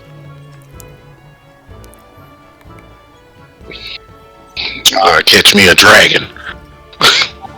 But there's still magic in the flasks, right? The flasks themselves are magical. Yeah, they're Yeah, magic. but They're limited iron flasks. They you can't take them off the Outlands. But since this adventure isn't going to take you out of the Outlands, that's a restriction that is largely ignored by you. It's a very neat. It's a very neat ability we have now. Right? Somebody's gonna get a really upset dragon one day. Everybody has their own iron flask now. Yeah, that can't Oh, possibly man. backfire on you, Dan. You can sell that shit for some good money. Maybe I mean, get it is a something, legendary item. right? Wait, so do How we much use- is it going for? Yeah, what's Do we the know Going what Raven the Iron magic Flask?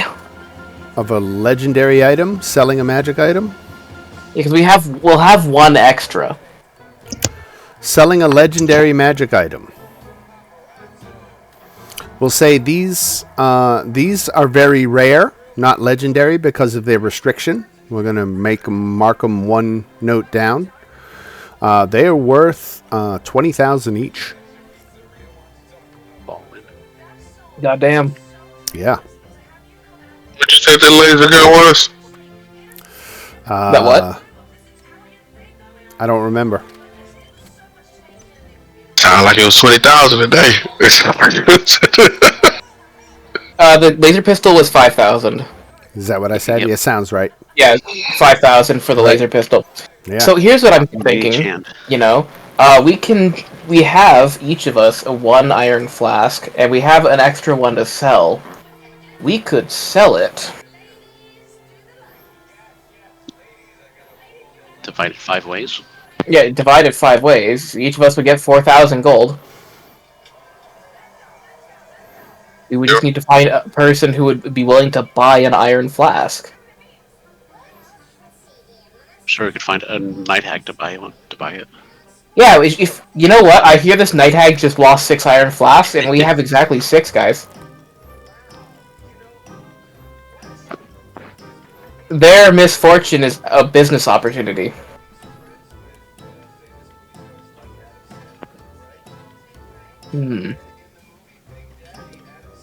We should probably head back to Excelsior now. Should we go still talk to Serenity?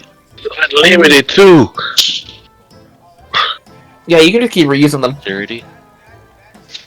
Oh, buddy, I'm about to catch them all. Yeah, let's go close this case. We have all 5 people. Are they just hanging around us, or what they do? Yeah, they're waiting for you to escort them back to Excelsior. And they're friendly to us for 1 hour. Very friendly. Fawning, even. Our heroes. Yeah. I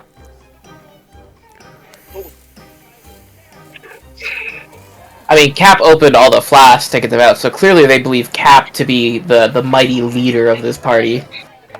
Their Lord and Savior. Yeah, their lord and savior, this purple frog.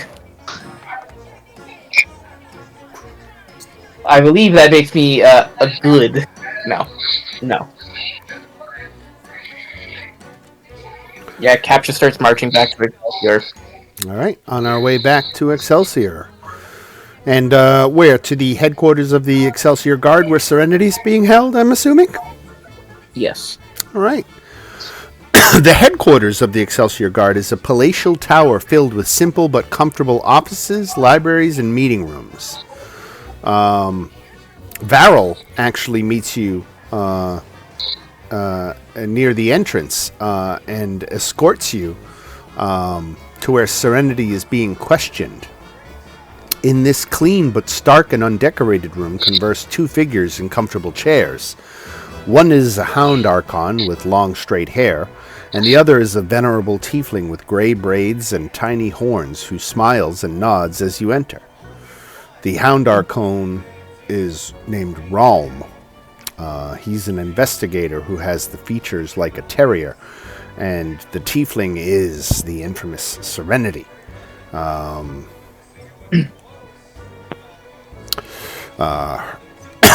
and Rome question sincerity, and the tiefling is patient and polite and assures them there's a misunderstanding. That she's lived in Excelsior for over 30 years. And she doesn't know any of the people who have gone missing, but she hopes they're found safe soon. Walk in without the people we saved first, so we can just, see how deep she's gonna dig this hole.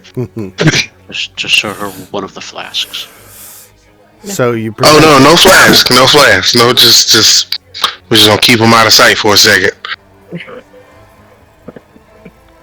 So the second you present the freed captives, Serenity drops her act and confesses her crimes. Serenity pleasantly surrenders after confessing, and the guards collect the iron flasks as evidence. Cap is going to hide his flask. That's why I say hide the flask. Yeah, we never expose the flask. Specifically said. Right, you did. You didn't say. Serenity confesses everything and tells them about the flasks, and Varel asks you about them and says, "Did you find them?" No idea where they are. No idea. Go ahead and make a perception check. A perception check? Deception. Deception. Oh, a deception check. Oh, what's my deception? +1. No. Somebody else got a lot. You each got to make I got one. a +2. All of us. Yeah. All of us? Oh, Can I use my heroic inspiration on that? Sure. Yeah, can I use my inspiration? Sure. Alright, 17, is that good enough? come on. We're going to find Come out in a on! minute. Oh, fuck. All right. His insight You ready for his insight? Let me change it so you can see the roll. He's just a guard, Don't right? do it. Don't do it. Don't do it. One. He's going to do it 10, with 10, advantage 10. because him and Rolm together are trying to sniff out your deception. 16. So, Kira, Now damn. they believe you don't have one, but they believe everybody Now- else is now in possession. damn. Yes. If you would kindly reroll that 17. You got it. The 17, the 16. That's like the 16. If you would kindly. Oh, you son of a bitch. It had a chance of working, okay? So, Varel explains that he needs the bottles to ensure Serenity meets justice at her trial. He says... Get it back in blood, big dog. He says he will look the other way if you take one.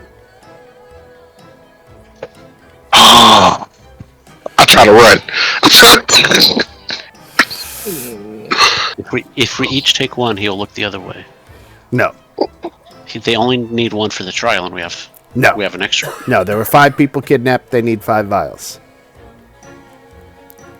Well, he don't know Zorana got one, so technically, we got 2.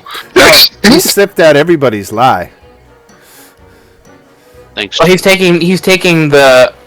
Oh, yeah, he must use the result of the second roll, so he got every... Ah, fuck, I doomed us all. Right. Yeah, Oh. I'll be taking my 20,000 from you. Thank you. You get to keep one. You get to keep one. And Lex already bolted with his, so I guess we're keeping that one. Well, I feel like if Lex bolts, they're gonna chase him down. Hey, not fast enough. These are actually the K9... These are K9 units. They can try. They can try. They're gonna catch you. Get it back in blood. Yeah, Cap will surrender his bottle begrudgingly. Everybody I'll give up up my their bottle. bottles. Over Cap's dead body. Begrudgingly. Right. I mean, This hold on, already man. makes Before we do this, uncomfortable. before we make this move, Yeah. let's try to negotiate with them. We're like, hey, hold on. You can keep He whatever just you was gonna negotiated. pay us. You can keep whatever you was gonna pay us. We don't need the payment. We just want this payment. Yeah. You did. This is what we want as payment. You did negotiate. Because we didn't have to do this for you. You did negotiate, and the What do we negotiate? And the negotiation was whether you get 0 or whether you get to keep 1, and he's letting you keep 1 by the letter of the. I mean, this is a pinnacle of lawfulness and goodness. The fact that he's willing to look the other way, he is bending over backwards. He has never done this before, and he might live to regret this every day of his life. Yeah, I don't trust him. If Yeah, anyone that's all finds right. out he Keep does it down. this, his career is over. Yeah. This is not a forgiving system. Corruption. How long was we gone? What's that? How long were we gone? How long were we gone? A couple hours. We've been gone for a couple hours. These people have been gone for how long? You obviously suck at your job. You should be doing this job if you can. Well, there's no reason to be rude. You did Well, that excellent means work. the way we I say, understand you're upset, Rev- but we need this evidence for the trial. I mean, No, what you need is to take them 5 individuals that can testify that that lady took them and then go to court. You don't need evidence. You need witnesses. You clearly don't know how Excelsior justice works. Obviously, Excelsior's justice is awful. You let her get away how long with these 5 The people? model, the fact that we don't convict people without evidence, that everyone is innocent as You well as have proven evidence. guilty, It's got 5 people right there with the same story. but we need the evidence of how they were captured and stored. that's why we'll give you one. No, You need- Yeah, 1. there were 5 of them held at once. If we're going to prove that 5 of them are held at once, we need 5 bottles. What you can say is that you got 1 and then you can demonstrate in court how it works. Rather release the person, and they gonna ask you what happened to the other four. And like they got lost. The dude that took them, he did an extra plane and jumped away. He gives a whistle, and 5 more Hound Archons come up and says, "This negotiation has concluded." Oh, you think we can't take you? You think? This is a bad idea. This is a bad idea. This is a bad idea. You know what? We're gonna leave these players here. We're gonna go ahead. That's what It's I cool. thought. I don't want to fight this dude. Alright, so, we're keeping 1 bottle. What about our payment? Yes, so you get the 2,500 gold pieces and a brooch of shielding. 2,500. When we just gave up how much? 120,000. Wow, we got boy. That's the police for you. I think. So, each of us get Hey, 500 it happens gold. all the time. You go into a police, go into a drug house or whatever, and there's all sorts of money laying around, and they're not supposed to take any of it. That's the law. But here's the thing, Dan, Dungeon Master. We're not the police. But you are acting private on behalf of them. No, We are shouldn't not even acting- came in here with we the are- witnesses. We should have just turned them into them. Right. We should've- Here is. Yeah, you could have my just screwed contract. off and not come back. I would have allowed that. Yeah, we could have. Did we talk Here's about the that thing. or- That's cool. Uh, We know better next time. We know- Lydia here. Don't do We weren't under any sort of. You could have retired. We could have retired. We weren't under any sort of official contract. There were no stipulations against looting. Well, here's the thing.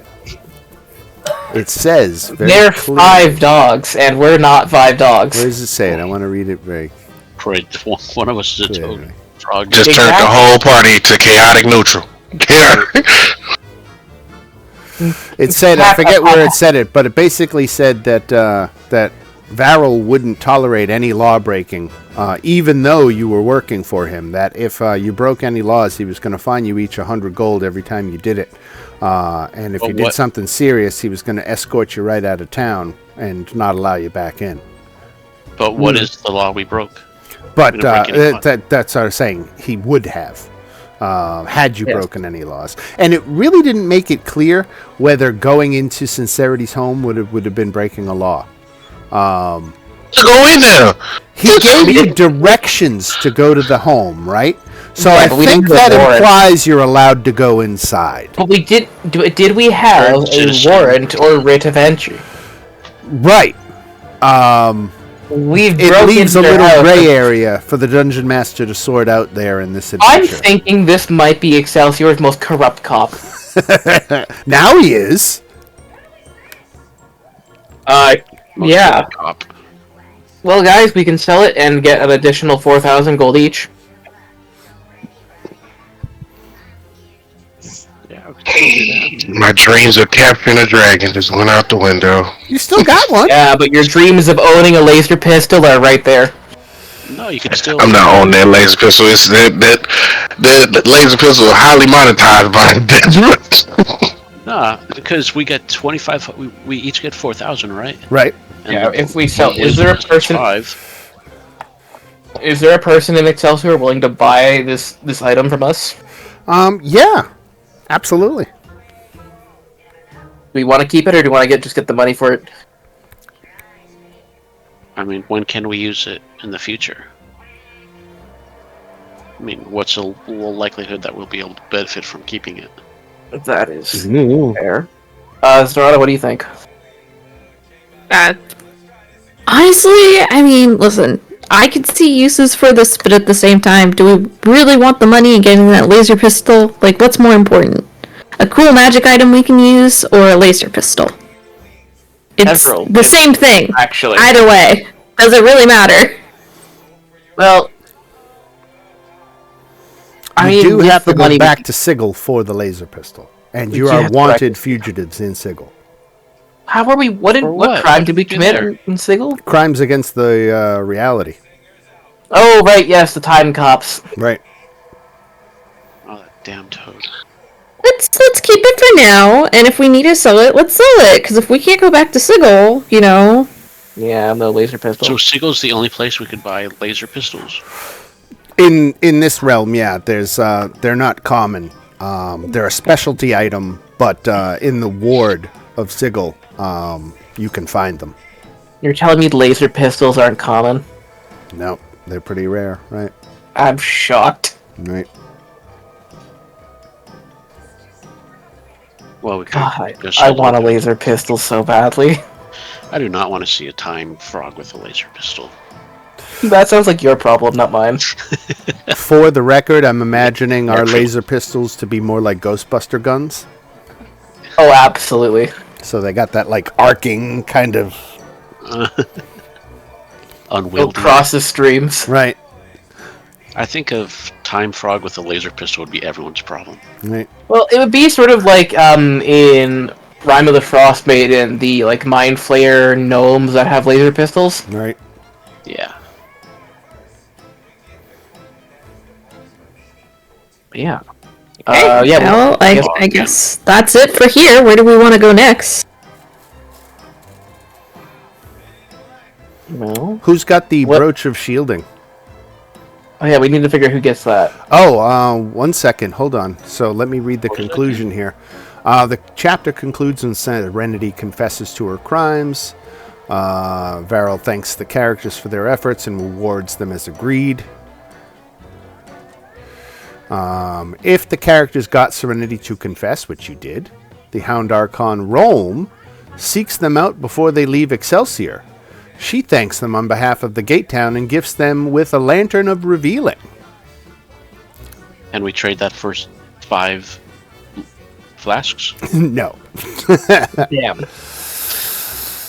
If Uncle Hound Longteeth, Archon, we have a deal of a lifetime. if Uncle Longteeth escaped, he resents the characters for interfering with his business. Sometime later, he has a smoke method deliver a threat, a larva that bears a shocking resemblance to Cap. Cap eats the larva.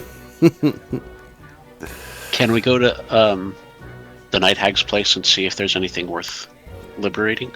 There isn't. You tossed that place pretty. Yeah, we Oh, okay. Yeah.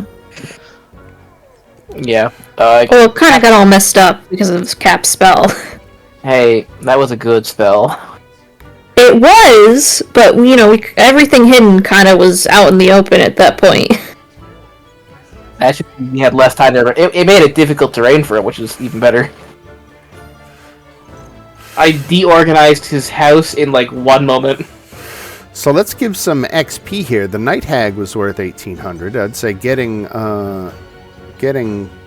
Serenity to confess is certainly worth some XP story rewards. Let's see how much XP you guys are at. 23,000 right now. Yes, we are. All What right. about being good Samaritans and giving up the flasks? Does that? I think those I think there's a significant story bonus involved here. So let's go ahead and reward you with 5,000 XP Each? each. So we get 1,800 divided by 5 plus 5,000.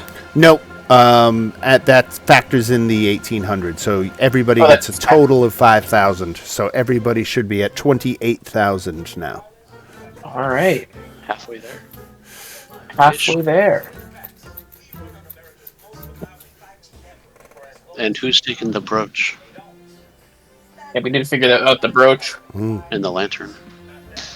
Yeah, who gets hit by the who thinks you're gonna get hit by? Oh, we force have damage? to we have to tell Rylar Rylar. that he gets 4,000 gold. We didn't Or- sell the we thing. didn't sell- So we didn't sell 500 gold. The 2,500 we're splitting or what? Yeah, I think we're splitting that, right? Like, that's Okay, the easiest so- way to go about it. IP So that's 500. V6 freely. He gets 500 gold. Everybody Yeah. got 500 each. Yeah. Yeah. I'm just telling him in chat just so he sees it. Because so we're all not the- keeping a party treasury, we're keeping them on individual sheets. So Well, we do have a party treasury, but that's for just like the generic crap we pick up usually. Right. What's in the... So the brooch of shielding, it's resistance to force damage and immunity from the magic missile, immunity to magic missiles. Who wants that? That's a Who is... nice thing. You got to attune to that, right? Yeah, it's an attunement. Right. Who... Would that be better for ranged attacker? Like Toad? Or like... Well, like, yeah. magic missile bypasses everything. It's just auto hits. So to be immune from it is pretty special. Yeah.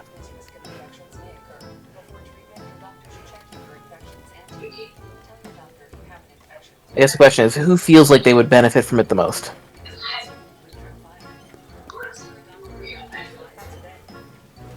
don't know.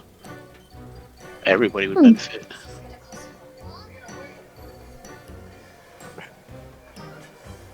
Because, like, I mean, yeah, everybody would benefit because it's resistance to a damage type and also just straight up immunity to magic missile. What the damage type? Force? Force damage. Which isn't super common, but it's good to have. I think that would be better for a melee fighter, no? It could be. Native. Yeah, unless Rilo on it.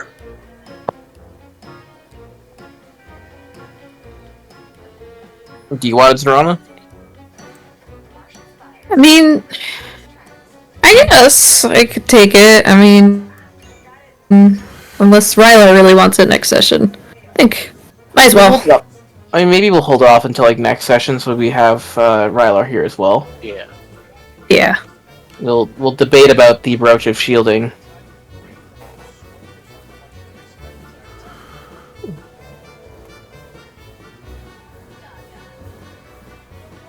So, where are we off to next, folks? All right. So the next destination is the town of Glorium, which is the gate town to Asgard. Like the Viking Yes. Valhalla, right?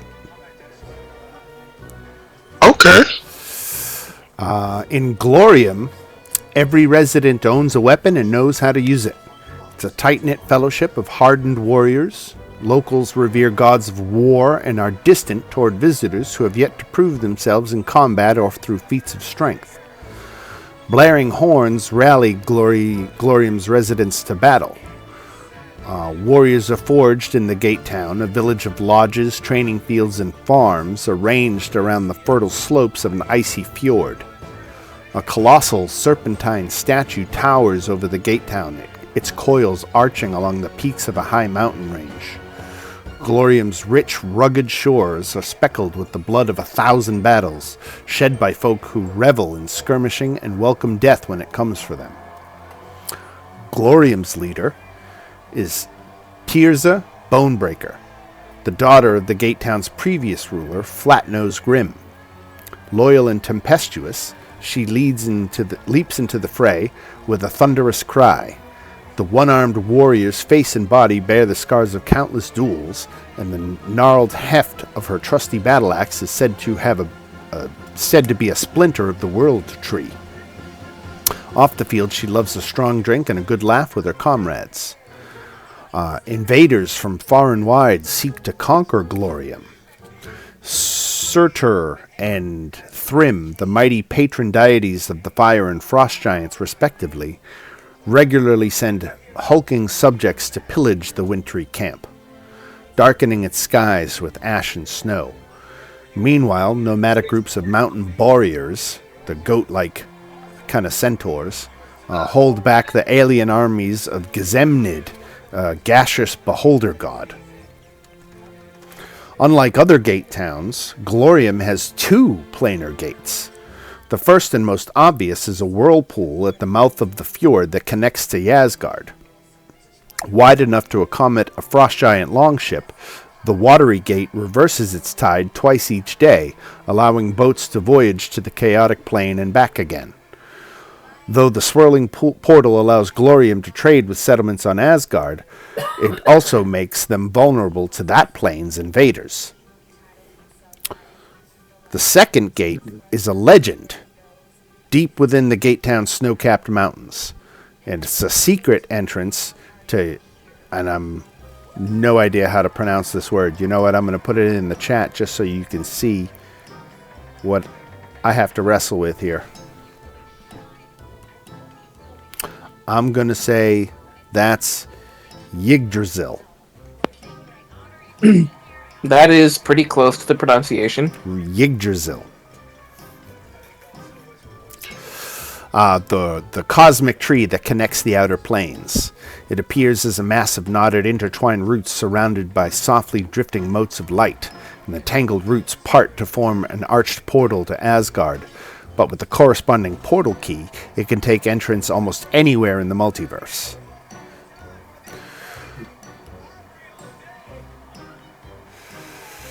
Noteworthy sights here in Glorium. Compared to its surroundings, Glorium is small and humble, nestled between glacial fjords, lofty mountains, and forested skerries.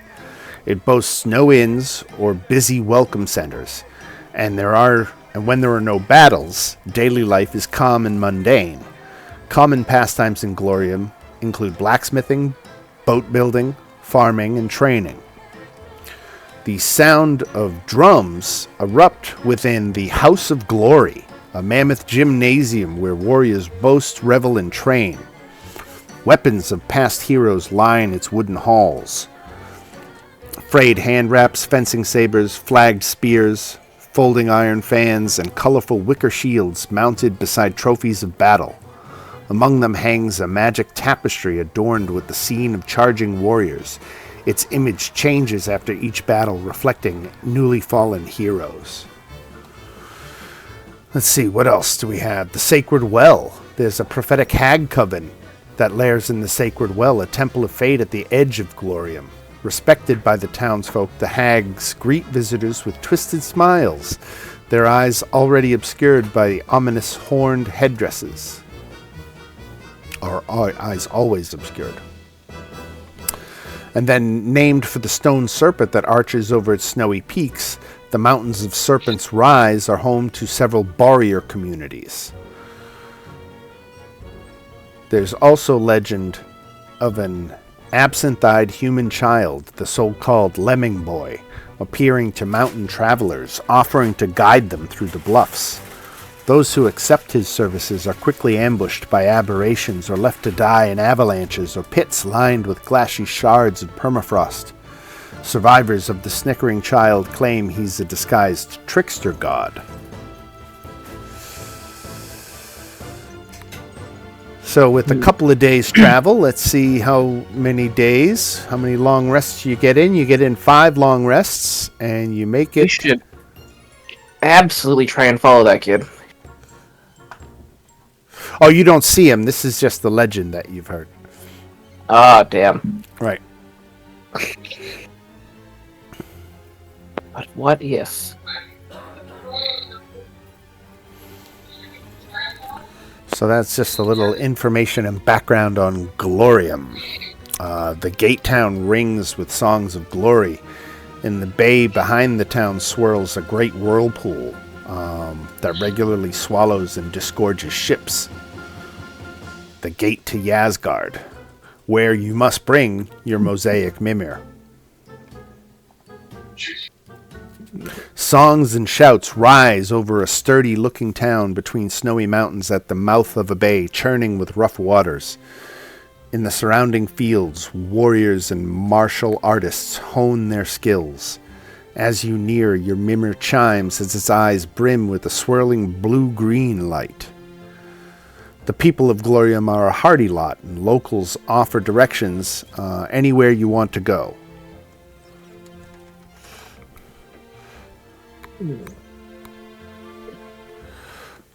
We need to go to the portal to Yisgard or Asgard. It's spelled with a Y, but Yeah. I think I'm correct in pronouncing it with an A. I've always heard it pronounced as Asgard, but I don't know if it's something different. If Asgard and Yasgard are two different things, then I'm just ignorant. I think they're the same thing. I think Yasgard is the more authentic spelling, and Asgard is probably the pronunciation. Is Asgard a thing in 5e? Oh wow, it is. Okay, never mind. Oh, it's the first layer of Yasgard. So like Yasgard and Asgard are the same thing, just different layers. Okay, gotcha. So I think that's probably what the tree is for then, right? Is like going through the different layers. Right. There's 7 worlds in the world tree. Yeah. So depending on what world you're in, there's like different beings living in each of the worlds. So it kind of depends. Right. That makes sense. Yeah. So the tree is like what connects them all.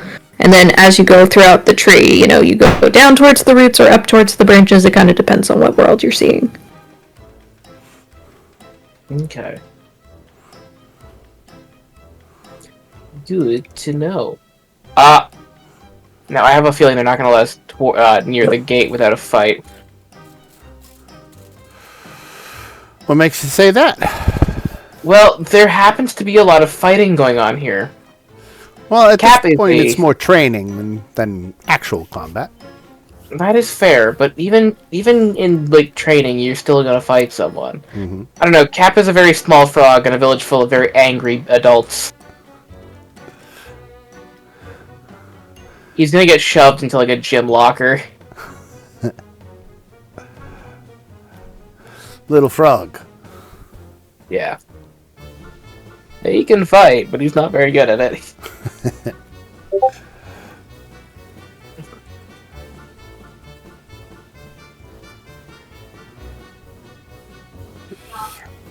Yeah, I do not know or understand Norse mythology, so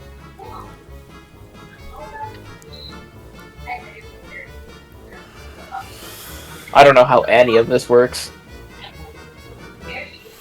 So the Right. gate to Yasgard is in the middle of this bay. It's about a mile offshore. You can see it in the distance from Glorium's docks.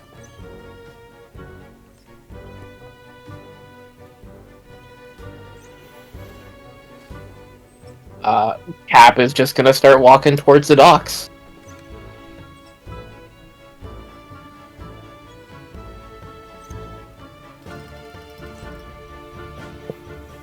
Are there any boats that look like they could be for hire? Yeah, actually, there's a lanky sailor who's next to a very unique vessel, which is an amalgam of a longship and a sapient giant raven. I don't know that I have a handout for this, but my God, I should. That is an incredible boat. It is a half bird, half boat. It's like a waterfowl. Right. It doesn't fly, it's a boat, but it is a living thing. Anyway, the captain is clearly for hire, and so you can go up and talk to him. He's actually an orc. And let's see if it says anything interesting about his appearance. No. While you're reading that, I'm just going to start a gesture for one of the more verbally inclined members of the party to talk to the captain.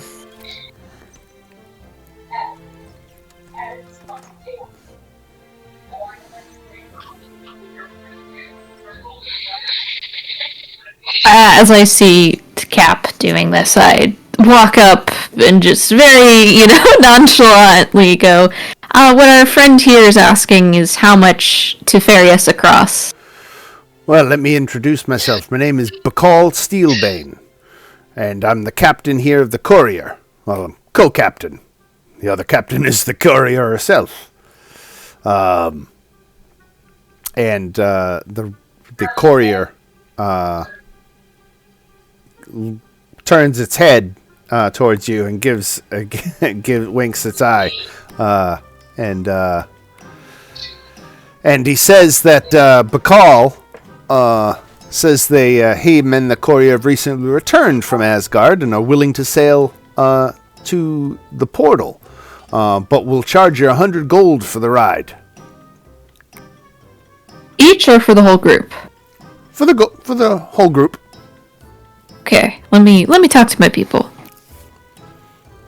And so I just relay that. I'm like, it's 100 for all of us. I think that's a pretty good deal. Between 5 of us, it's 20 gold each. Cap will start counting out 20 gold. Yeah, I pass over 20 gold. Rylar donates 20 gold. Willingly. Well, before we get to that, Bacall says, let's make it more interesting. If you can beat me in I'm listening. If you can beat me in a sea urchin eating contest, I'll reduce the price to 50. Yep. You can do it. This man is a fool, but I don't say this to him because we were about to pay the 100 gold. Yeah. A sea urchin eating contest. I assume this is going to be a con save. I only have a +2, so unless somebody's got better... Lex, what is your con save? How does Lex feel about eating sea urchins?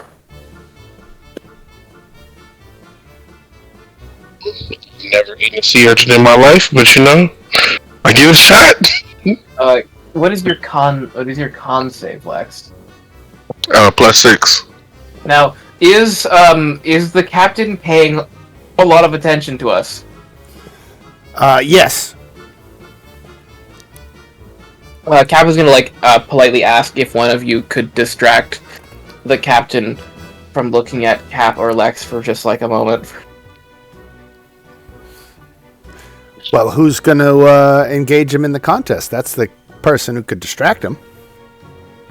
Oh, no, I was going to help someone cheat, but I realized actually I can't. Never mind.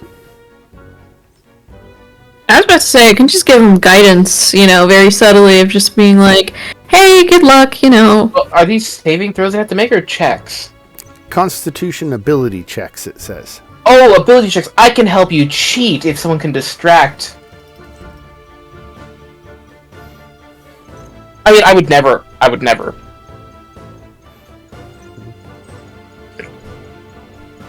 You know what? I'm gonna go up to the man and ask him more details. I look in those, the eyes that are not facing the same direction.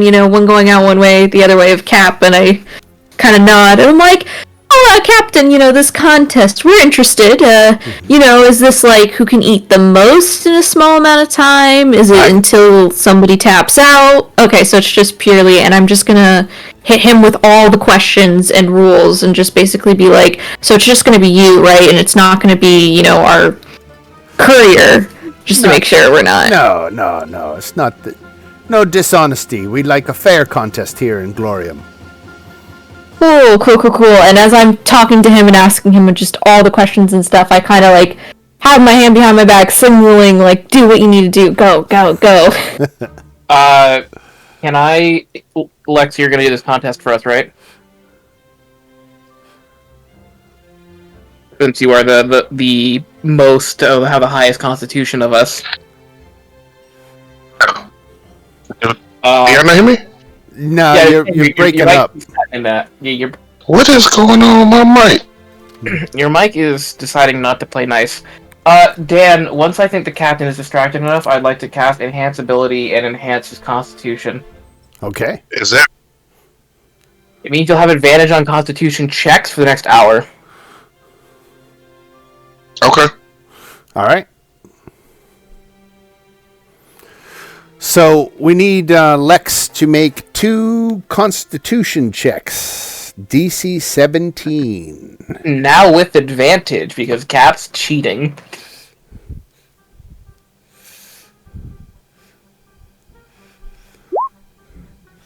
All right, there's one thank success. God. Let's see if it's a draw or a win. It's a win. Oh, thank God for enhanced ability. Aye, good one. Good one, lad. Have you done this before? First time, big dog. I'll lower the price to 50 gold then. Cap hands him 10 gold of his. I handed my 10. I also hand 10. All right. Ugh. Rylar is going to hand 10 in. I'm going to edit his note so that he only gets 490 gold. So he Well, gave you know, his- guys, I'm sure Rylar would be so willing to pay the entire fee. Yeah, Rylar. I mean, it was only 50 Rylar's gonna gold. pay the whole thing. And you know what? He's going to add a 50 gold tip, too. Why not? Yeah, there you go. All right, so you've booked passage on the courier, and you are going out. So the Bakal and the courier themselves are crewed by 8 rowers who are ready to leave at your convenience. So whenever you're ready to go, Bakal will take you out to the Maelstrom so you can record your entry.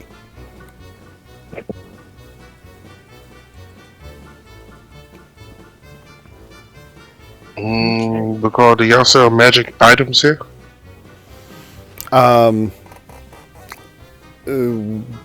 We deal with some weapon enchantment in town, but you won't find much in the way of miscellaneous magic items like you would in some of the other burgs. That means no laser pistols What kind of here. weapon enchantments? You know, +1/+2 weapons. Quick question for Dan, just as a... If I had, so I have a +1 moonsicle, could I upgrade it to a +2, or would I have to get, a plain moonsicle and say, can you make this +2? You would... The cost of upgrading a +1 weapon to a +2 weapon would effectively... The process would be removing the old enchantment and putting a new enchantment on. Okay, so it just wouldn't be okay, gotcha. Right. So it would actually be more expensive Cool. to upgrade a weapon than to take a non-magical weapon and make it the same thing, because there would be an extra step in the. How much do they charge to make it a +2? So a +2 is what, an uncommon? Yes. Or is No, I it a think a rare? +2 is a rare Five because I got a +1. 5,000, right? Yeah, let's get on this boat. That's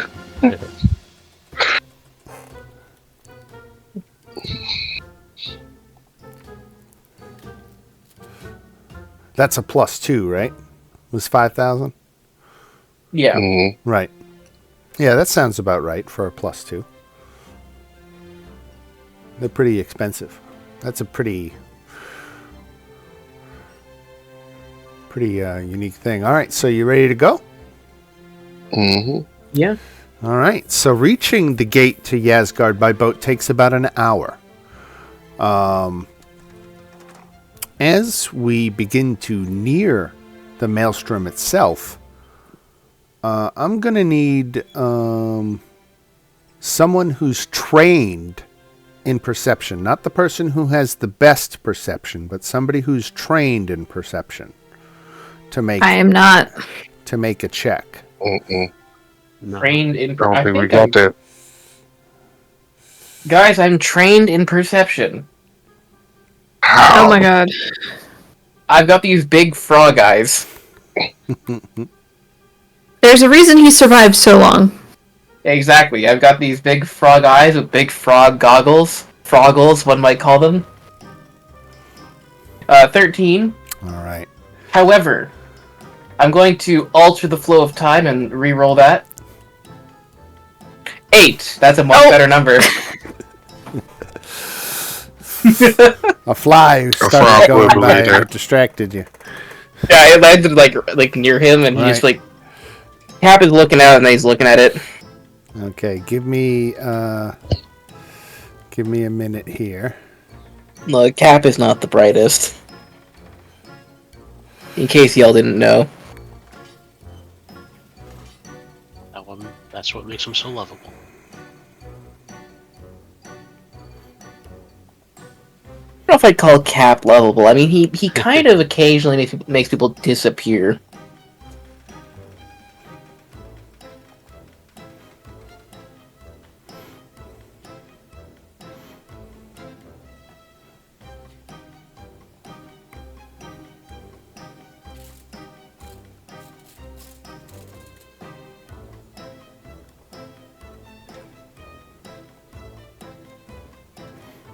Why are there 3?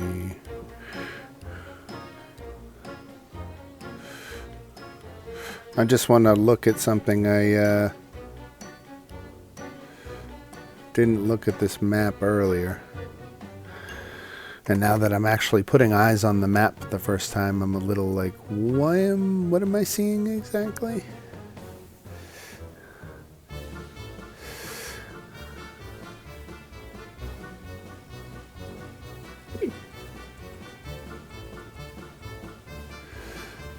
Okay.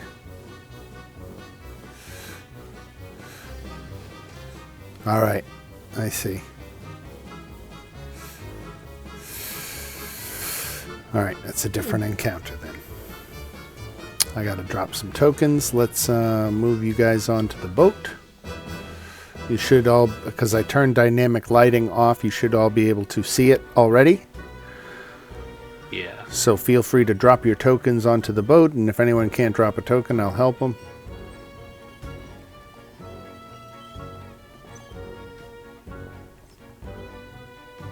Yeah, I've yet to master this. Oh, Alright. oh, I did it! There you go. You did it.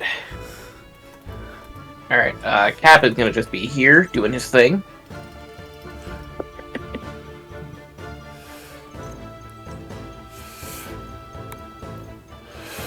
Okay, so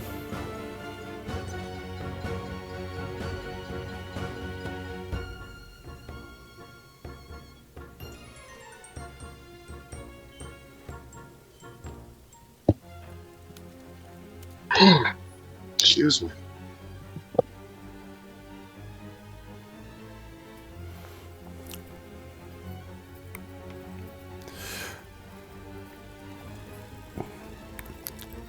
I'm shaking my finger at myself. I should always look at the maps ahead of time.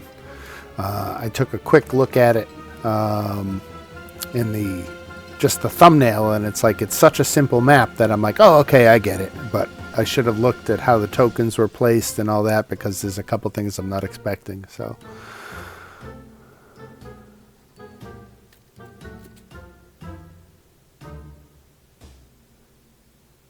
All right.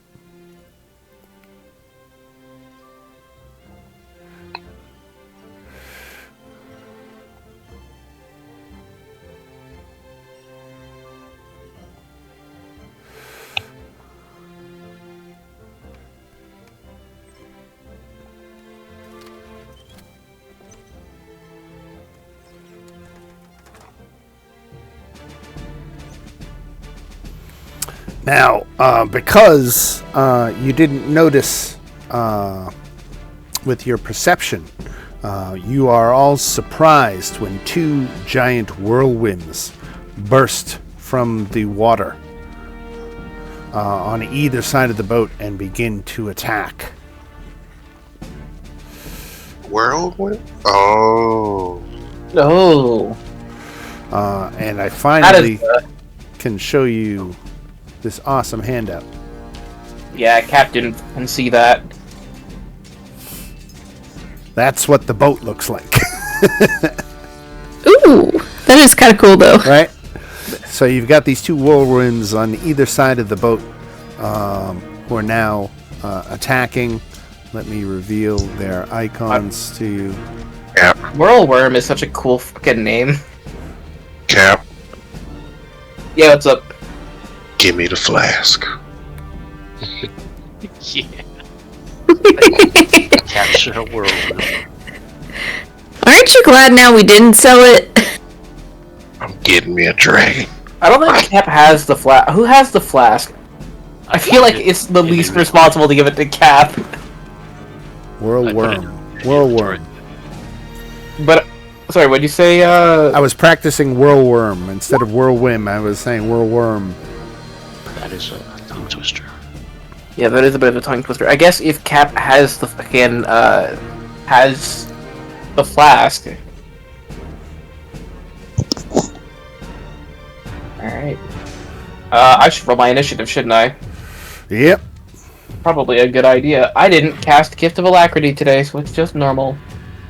I didn't cast any of my spells I should have today. I forgore. Are we doing this?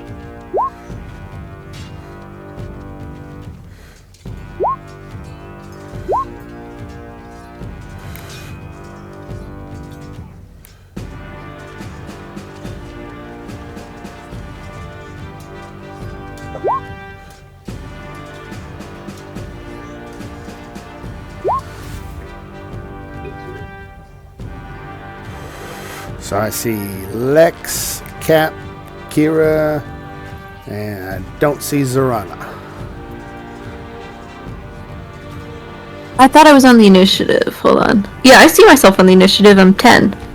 I just glossed over you, sorry. Okay, so that's everybody.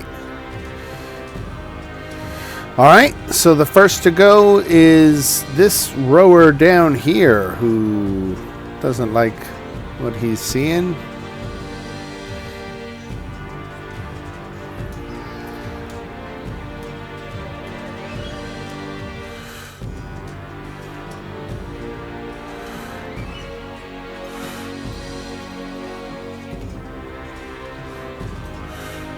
What are these rowers?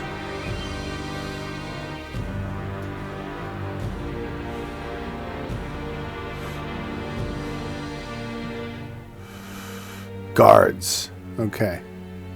That's what they are. Their tokens aren't set correctly. Let me fix that. I'll have to do each one as I go, but that's why it wasn't working. Okay, there we go. There's the guard.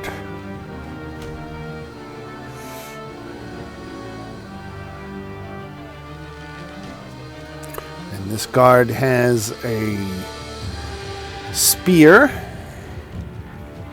He is going to throw, and he is going to miss the whirlworm. This fella here is going to miss, and the whirlworm over here is going to attack.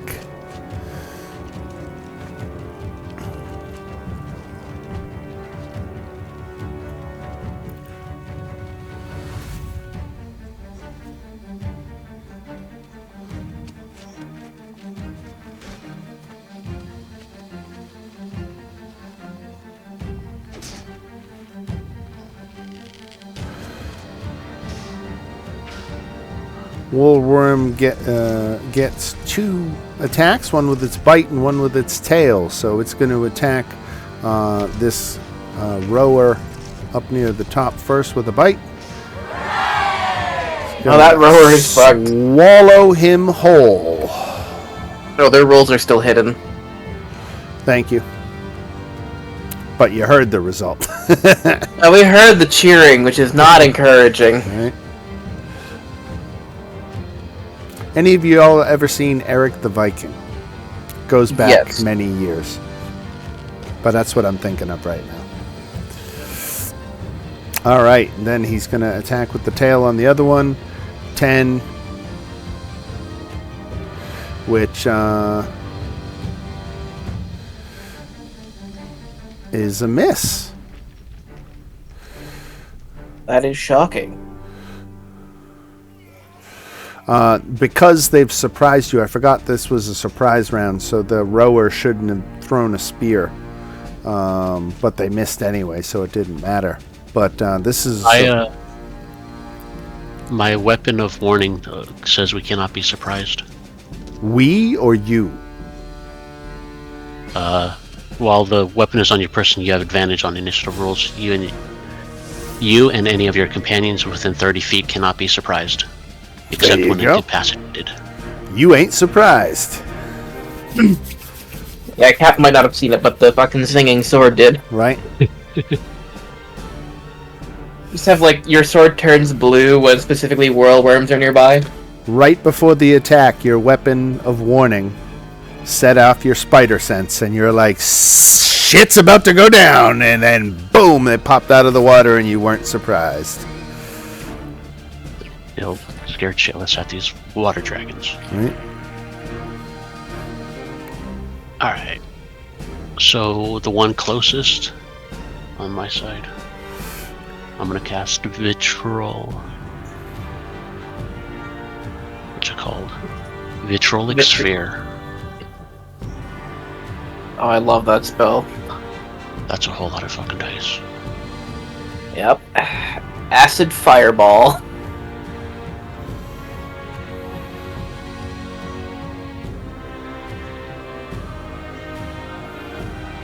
Made the save. Terrible.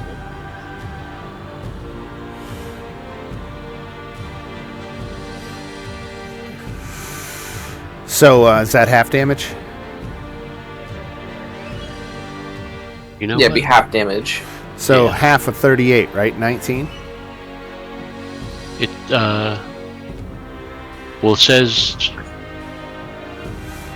Yeah, successful, a creature takes half of the initial damage only. So half like 22.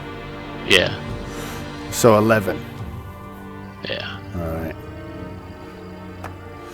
Alright. Is it- And that's it. Alright. 11 points of acid damage to one of the whirlworms, and we go to Cap. Cap, standing on this ship, which I'm sure would look really cool if he wasn't like a 3-foot-tall frog. He's going to produce the iron flask and target this whirlworm. Nope, my image failed to embed. Targeting a creature, you can see the target is not native to the plane of existence. This one's native to the Outlands. Is it, or is it not? Whirlworms? Hold on.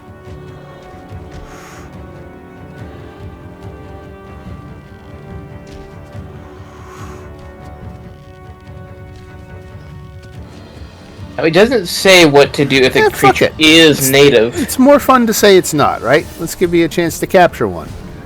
Yeah, I need a Pokemon. To capture a right? Alright, so he's got to make a DC Wisdom saving throw, right? DC 17 Wisdom saving throw will be trapped in the flask. Yep. Trapped in the Yeah. flask. Alright, just gonna... Yeah, that's what Cap has now. I'm sure this will not backfire in any way, shape, or form. That is Cap's turn. Alright, these guys are all surprised. Zorana's not, though. So, I'm gonna try something crazy here. Let me just see really fast. Okay, 25 feet, fantastic. I'm gonna try and use banishment on this whirlworm. Alright. A charisma saving throw. Yeah, DC 15. Goodbye, worm. Goodbye, worm.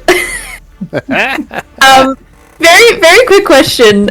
Is it an aberration, celestial, elemental, fey, or fiend? No. Okay. It will return whenever I drop it. Whenever you drop concentration? Yeah, like, it'll return. My concentration lasts up to a minute, but it will come back if I kept the concentration up for the whole minute, and it was one of the things I listed, it wouldn't come back. Right. Where would it come back? Where it was, or near you? Yeah. It was. So we have a minute to skedaddle. Yeah. Yeah, it says the target reappears in the space it left or in the nearest unoccupied space if it's occupied. So it'll just be back where it was. That'll be about a minute one of the behind us. rowers got eaten, right? Yeah. We're not getting that one back. Yeah, he's actually in the belly of the one you stop. Don't worry, guys. He's in stasis. You got him. Oops. He'll Well- always be with us. We lost him. I don't think there was a way to get him back. Yeah. Cap is gonna huck the iron flask into it, just inside the robes. See, you got Well, to Dan. use your new toy already, and it worked. It worked out really well. Right? So that's both of them gone. I wasn't even looking around. Now, do they have to make saves at the end of their turn for a banishment, or is it just they're gone for a minute? I think as long as she maintains concentration. Oh wow, we can. Yeah. We can probably get some distance on this thing before it comes back. Yeah, as long as nothing breaks my concentration. Let's give you all 1,000 XP each for that. Nice.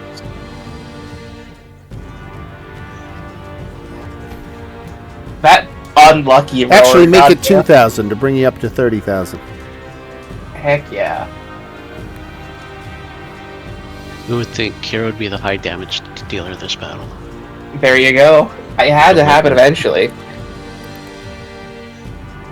We now have a Pokemon, and one of the world worms is banished.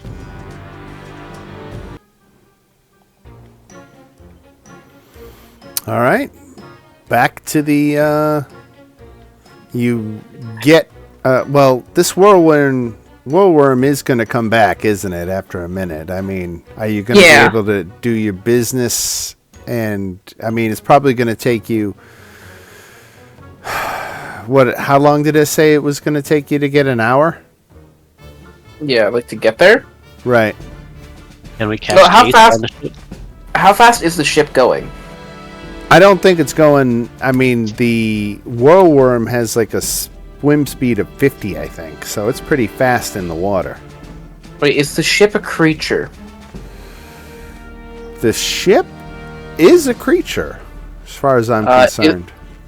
So is it the ship only powered by the rowers, or is it also moving? It's powered by the rowers. Okay. Damn, I can't haste the boat. Yeah. Yeah, the bird doesn't have legs.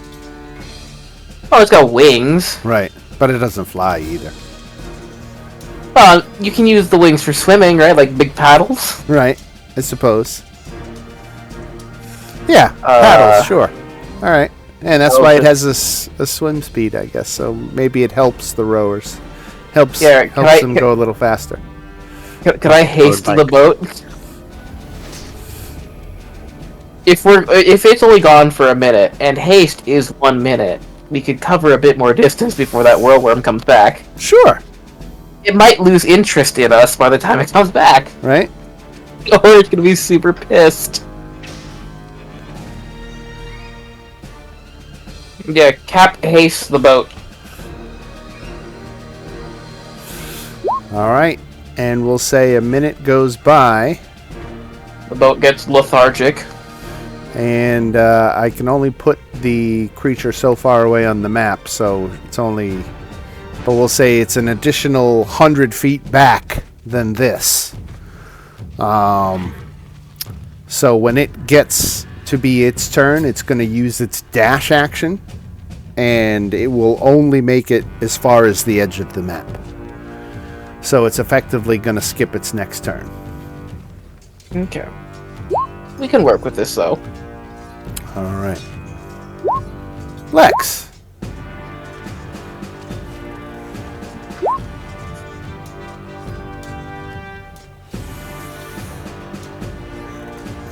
This thing is, call it, right now, it's about 200 feet away from you. Yeah, I'm going to here. And I'm going to rage. Raging Lex, alright. Anything else? Yeah. Nothing That's you it have for now. that's ranged that can cross that kind of distance, right? No, sir. Alright, so he, this whirlworm uses its dash to get this far. Can't do anything else. It's too far away. This guy's rowing his heart out. In order to maintain, and if you want them to keep rowing away, to maintain some kind of distance, we're going to need one of the party to sit down and row, because they lost a rower.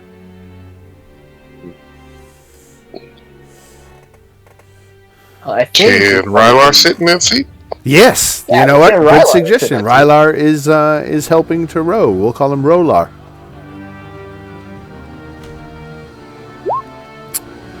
Row, row, row your boat. And we go to Kira. Let's see this at.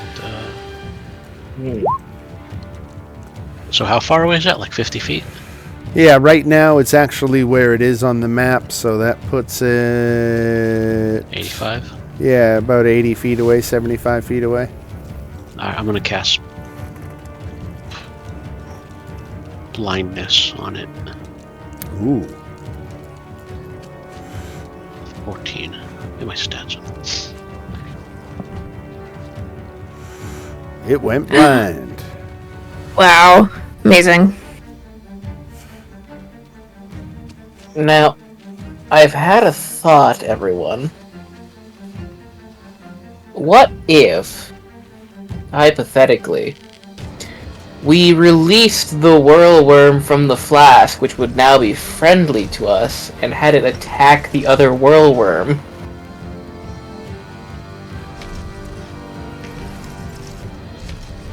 That is an option. But what happens once it stops becoming friendly? That takes an hour. And there will be one less whirlworm in this water. So now that the whirlworm is blind, how it will react? It can't follow us for a minute.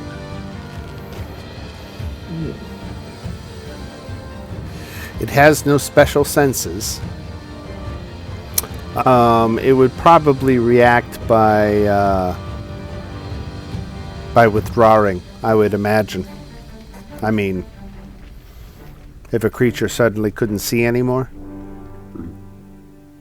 Imagine it freak out and retreat. It operates above the water. It has to rely on vision.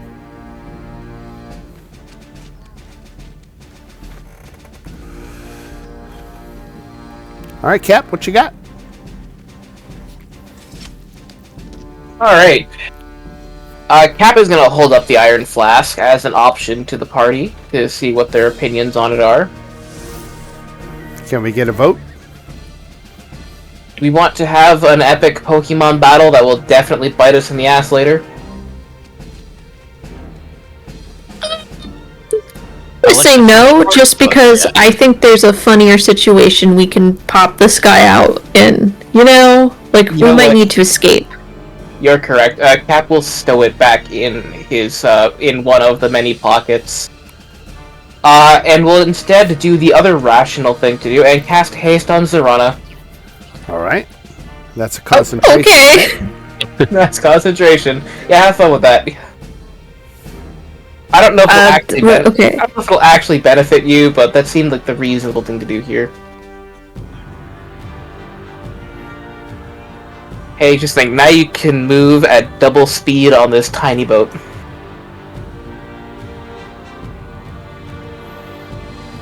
And that is Cap's turn. All right. He's rowing, he's rowing, he's rowing. He's telling them to row. Zorana, who's hasted? How far is this creature? From At this your point? position, about 80, 85 feet. Okay. If I have been hasted, then none of my cantrips reach that far. Okay.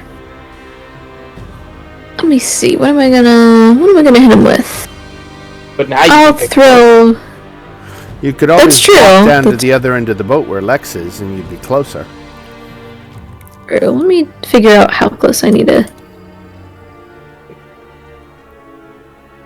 Hold on. Roll 20 is being difficult. It's not letting me use the ruler for some reason. There we go. Hey, so just because you mentioned Roll20, it makes me think, what is the D&D official tabletop called? Project Sigil?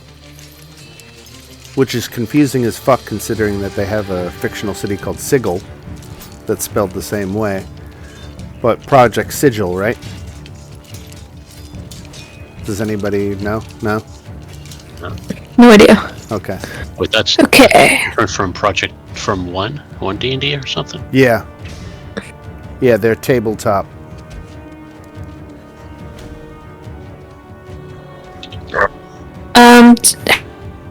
Has this Project creature taken any Sigil. damage? The whirlwind? Is that Say- the one I attacked? Yes, it's the only one you can see right now. I attacked one and it took 11 damage. Yeah, Okay. that should be This that one. one. Yeah. Okay, because I'm gonna toll the dead on it. Or 15 points of damage if it fails its wisdom save. It has disadvantage. Or no, attack rolls against the creature have advantage. Because it's blinded. Well, he has to make the wisdom save, so it's disadvantage. Yeah.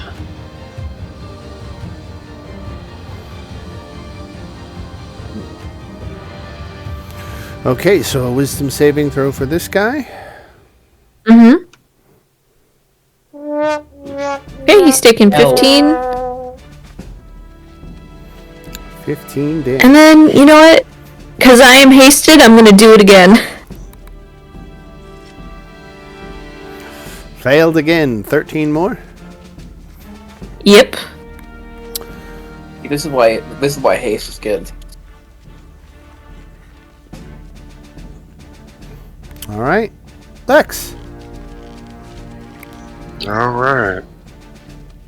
I'm going to actually move back.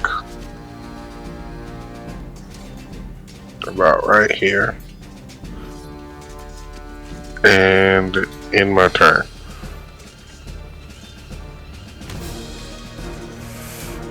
All right. This whirlworm is going to move 50 feet.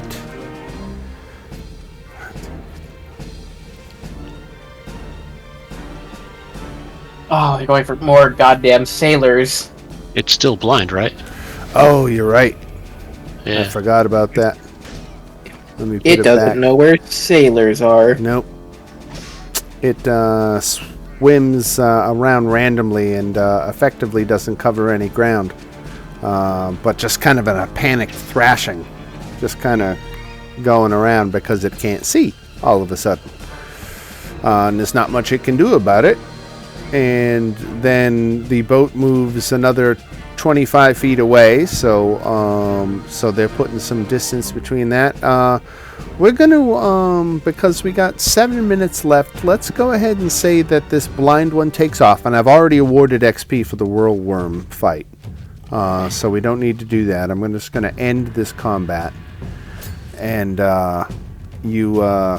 when you blinded it, you effectively won that contest. It swam away. You captured one and blinded the other after doing more than half of its hit points and damage.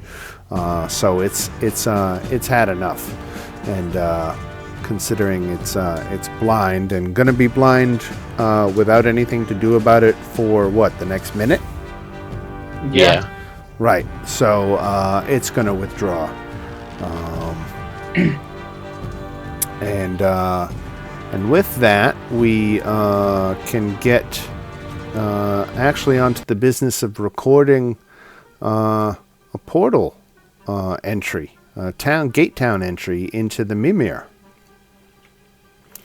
We can probably make that our last official act for the night, so...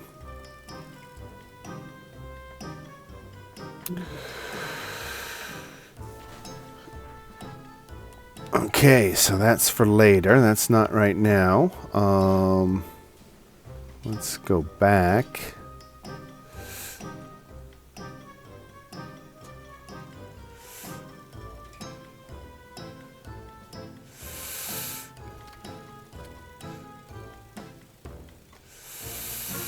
So again, the maelstrom is a mile offshore. You get within your distance here of the portal, and you can record your entry. I know you even spent less time in Glorium than you did in Excelsior.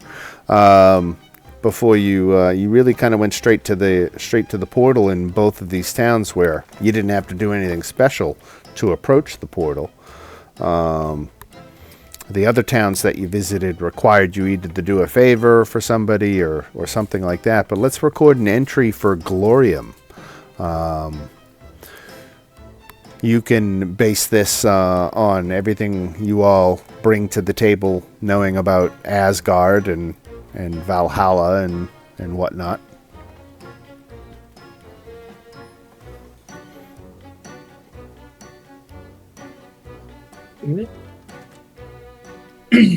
Who would like to record this one?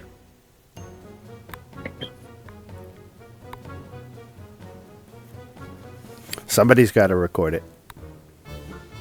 My vote is for Lex. Why is it for me? You feel like the right person for this job. Seconded. We ain't even do. What? Should we go explore the city before we make a recording? We did not. Sure. That's why it was quiet. You again. Well, we could let's retroactively say that you did do a little bit of exploring here. It's a very much like a Viking community. The locals are friendly, but also kind of, until you prove yourself, they kind of, I don't know what's the right way to put it. They don't. Length. Yeah, they don't think much of you until you've proven yourself. So they kind of they'll be polite and friendly, but also be like, you're an outsider, you're you're a nobody, kind of. It depending on the matter, right? I played Assassin's Creed Valhalla. I got it. Right? All right, what you got? So we're gonna go with highly competitive, but strong camaraderie amongst strongly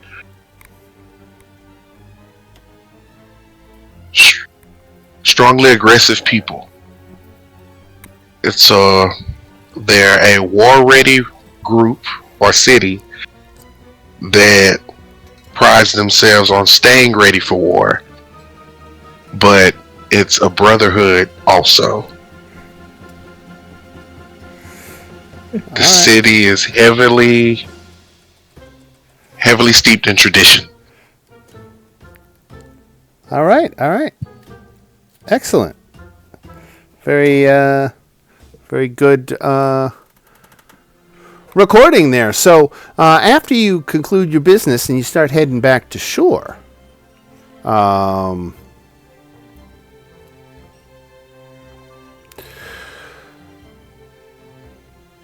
Bacall, the captain, approaches and says he's shocked to see whirlworms, as they typically hunt near a place called Grakanok, which is a barrier community across the bay.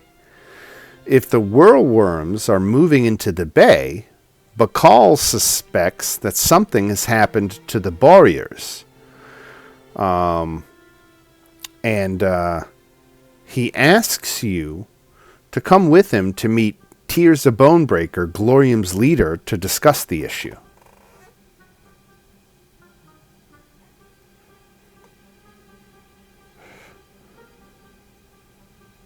Okay. Hmm.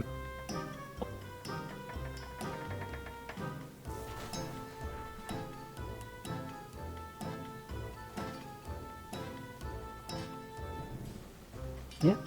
I mean, I guess we will go. Right? What could it hurt?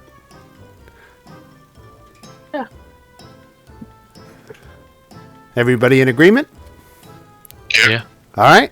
Yeah.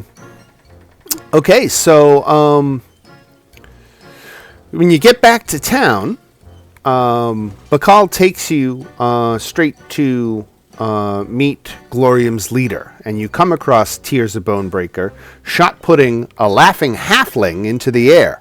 The halfling fellow soars over 20 feet, nearly overshooting bales of wool in the town circle.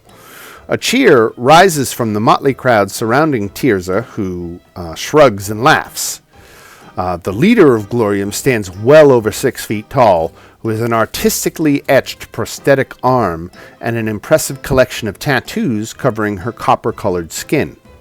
She notices Bacall as he approaches and gives a friendly shout. "Back from the land of legends! Glad to see we keep you coming back!"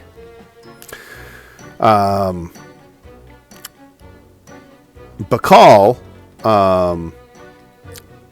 tells Tirza all about the whirlworm attack and about his suspicions that something may have happened to the barrier community across the bay.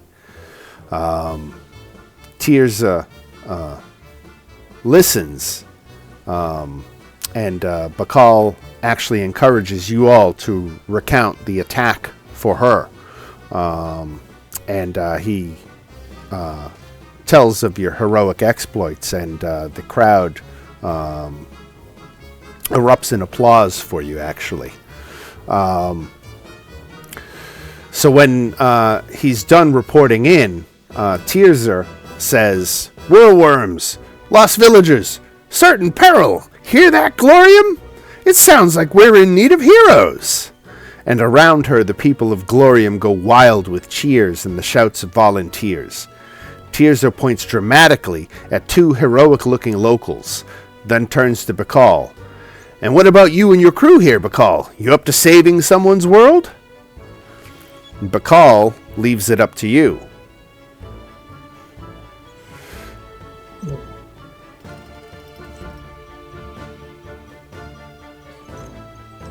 Sessions. Would you say, Lex? Says it's one of these Lex decisions. I feel like this is not a decision. This is the Lex decision. They're putting you on the spot. What's in it for us? I mean, I'm assuming Gloria. Glory don't pay bills. I'm sorry. That is fair. What's in it for us? Yeah, So Tirza looks at you and kind of scowls and says, "Glory."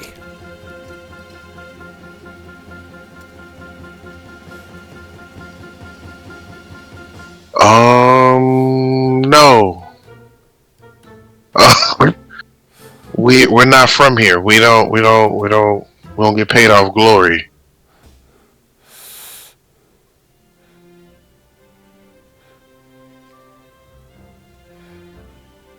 We have no problem helping. but we need to be Bacall compensated. pulls you to the side and says, "Listen, they'll make it worth your while." Okay, that's all I need to hear. Let's do it. Oh, wait. Before, no. I step in and I'm like, listen, you need to swear that this is worth our while, okay? I need some sort of, like, vow that you mean your word. Because if you don't, These are proud people. They will. Okay. They'll treat you well. fine. But just know, we will make your life horrific if you are lying. And he says, Bacall says, hell, he'll ferry you free of charge. But here's the situation, if it wasn't clear, because I felt it was maybe a little murky. So what has happened is Tirza has called out on 2 locals. One of them is a fella by the name of Citri, and the other one is called Toll. Anyway, Citri and Toll are gonna kind of compete with each other to see who can go save the day, and you're competing against each one of them. So everybody is now making a mad dash off to adventure down the beach to find out, to be the first to find out about what's happening in Grakanok and why the whirlworms are moving their way into the bay when they're usually attacking Grakanok. So that is where we will call it for tonight. So thank you all for that. And we got through 1.5 towns.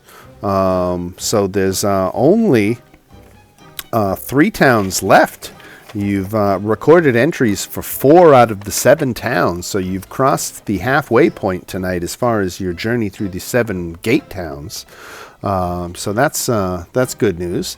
And we will, let's see, I don't think we have any XP or treasure to award at this point. We've already given out. You're halfway to the next level. So with that, I guess we will wrap it up. Any closing thoughts or questions, or everybody going to be able to make it next week? I will not, because I will be on vacation. You will be on vacation. All right. Well, again, the general policy is that if we have 4, we will play. But if somebody else has to bow out, we won't. So we'll see what happens. Rylar, we missed you tonight. Hope you have fun watching the video. And anyway, you all have yourselves a good one, and we will see you in the chat and talk to you next week. Cool. Take care. All right. Good night. Night, everybody. Have a good week, everyone. Night.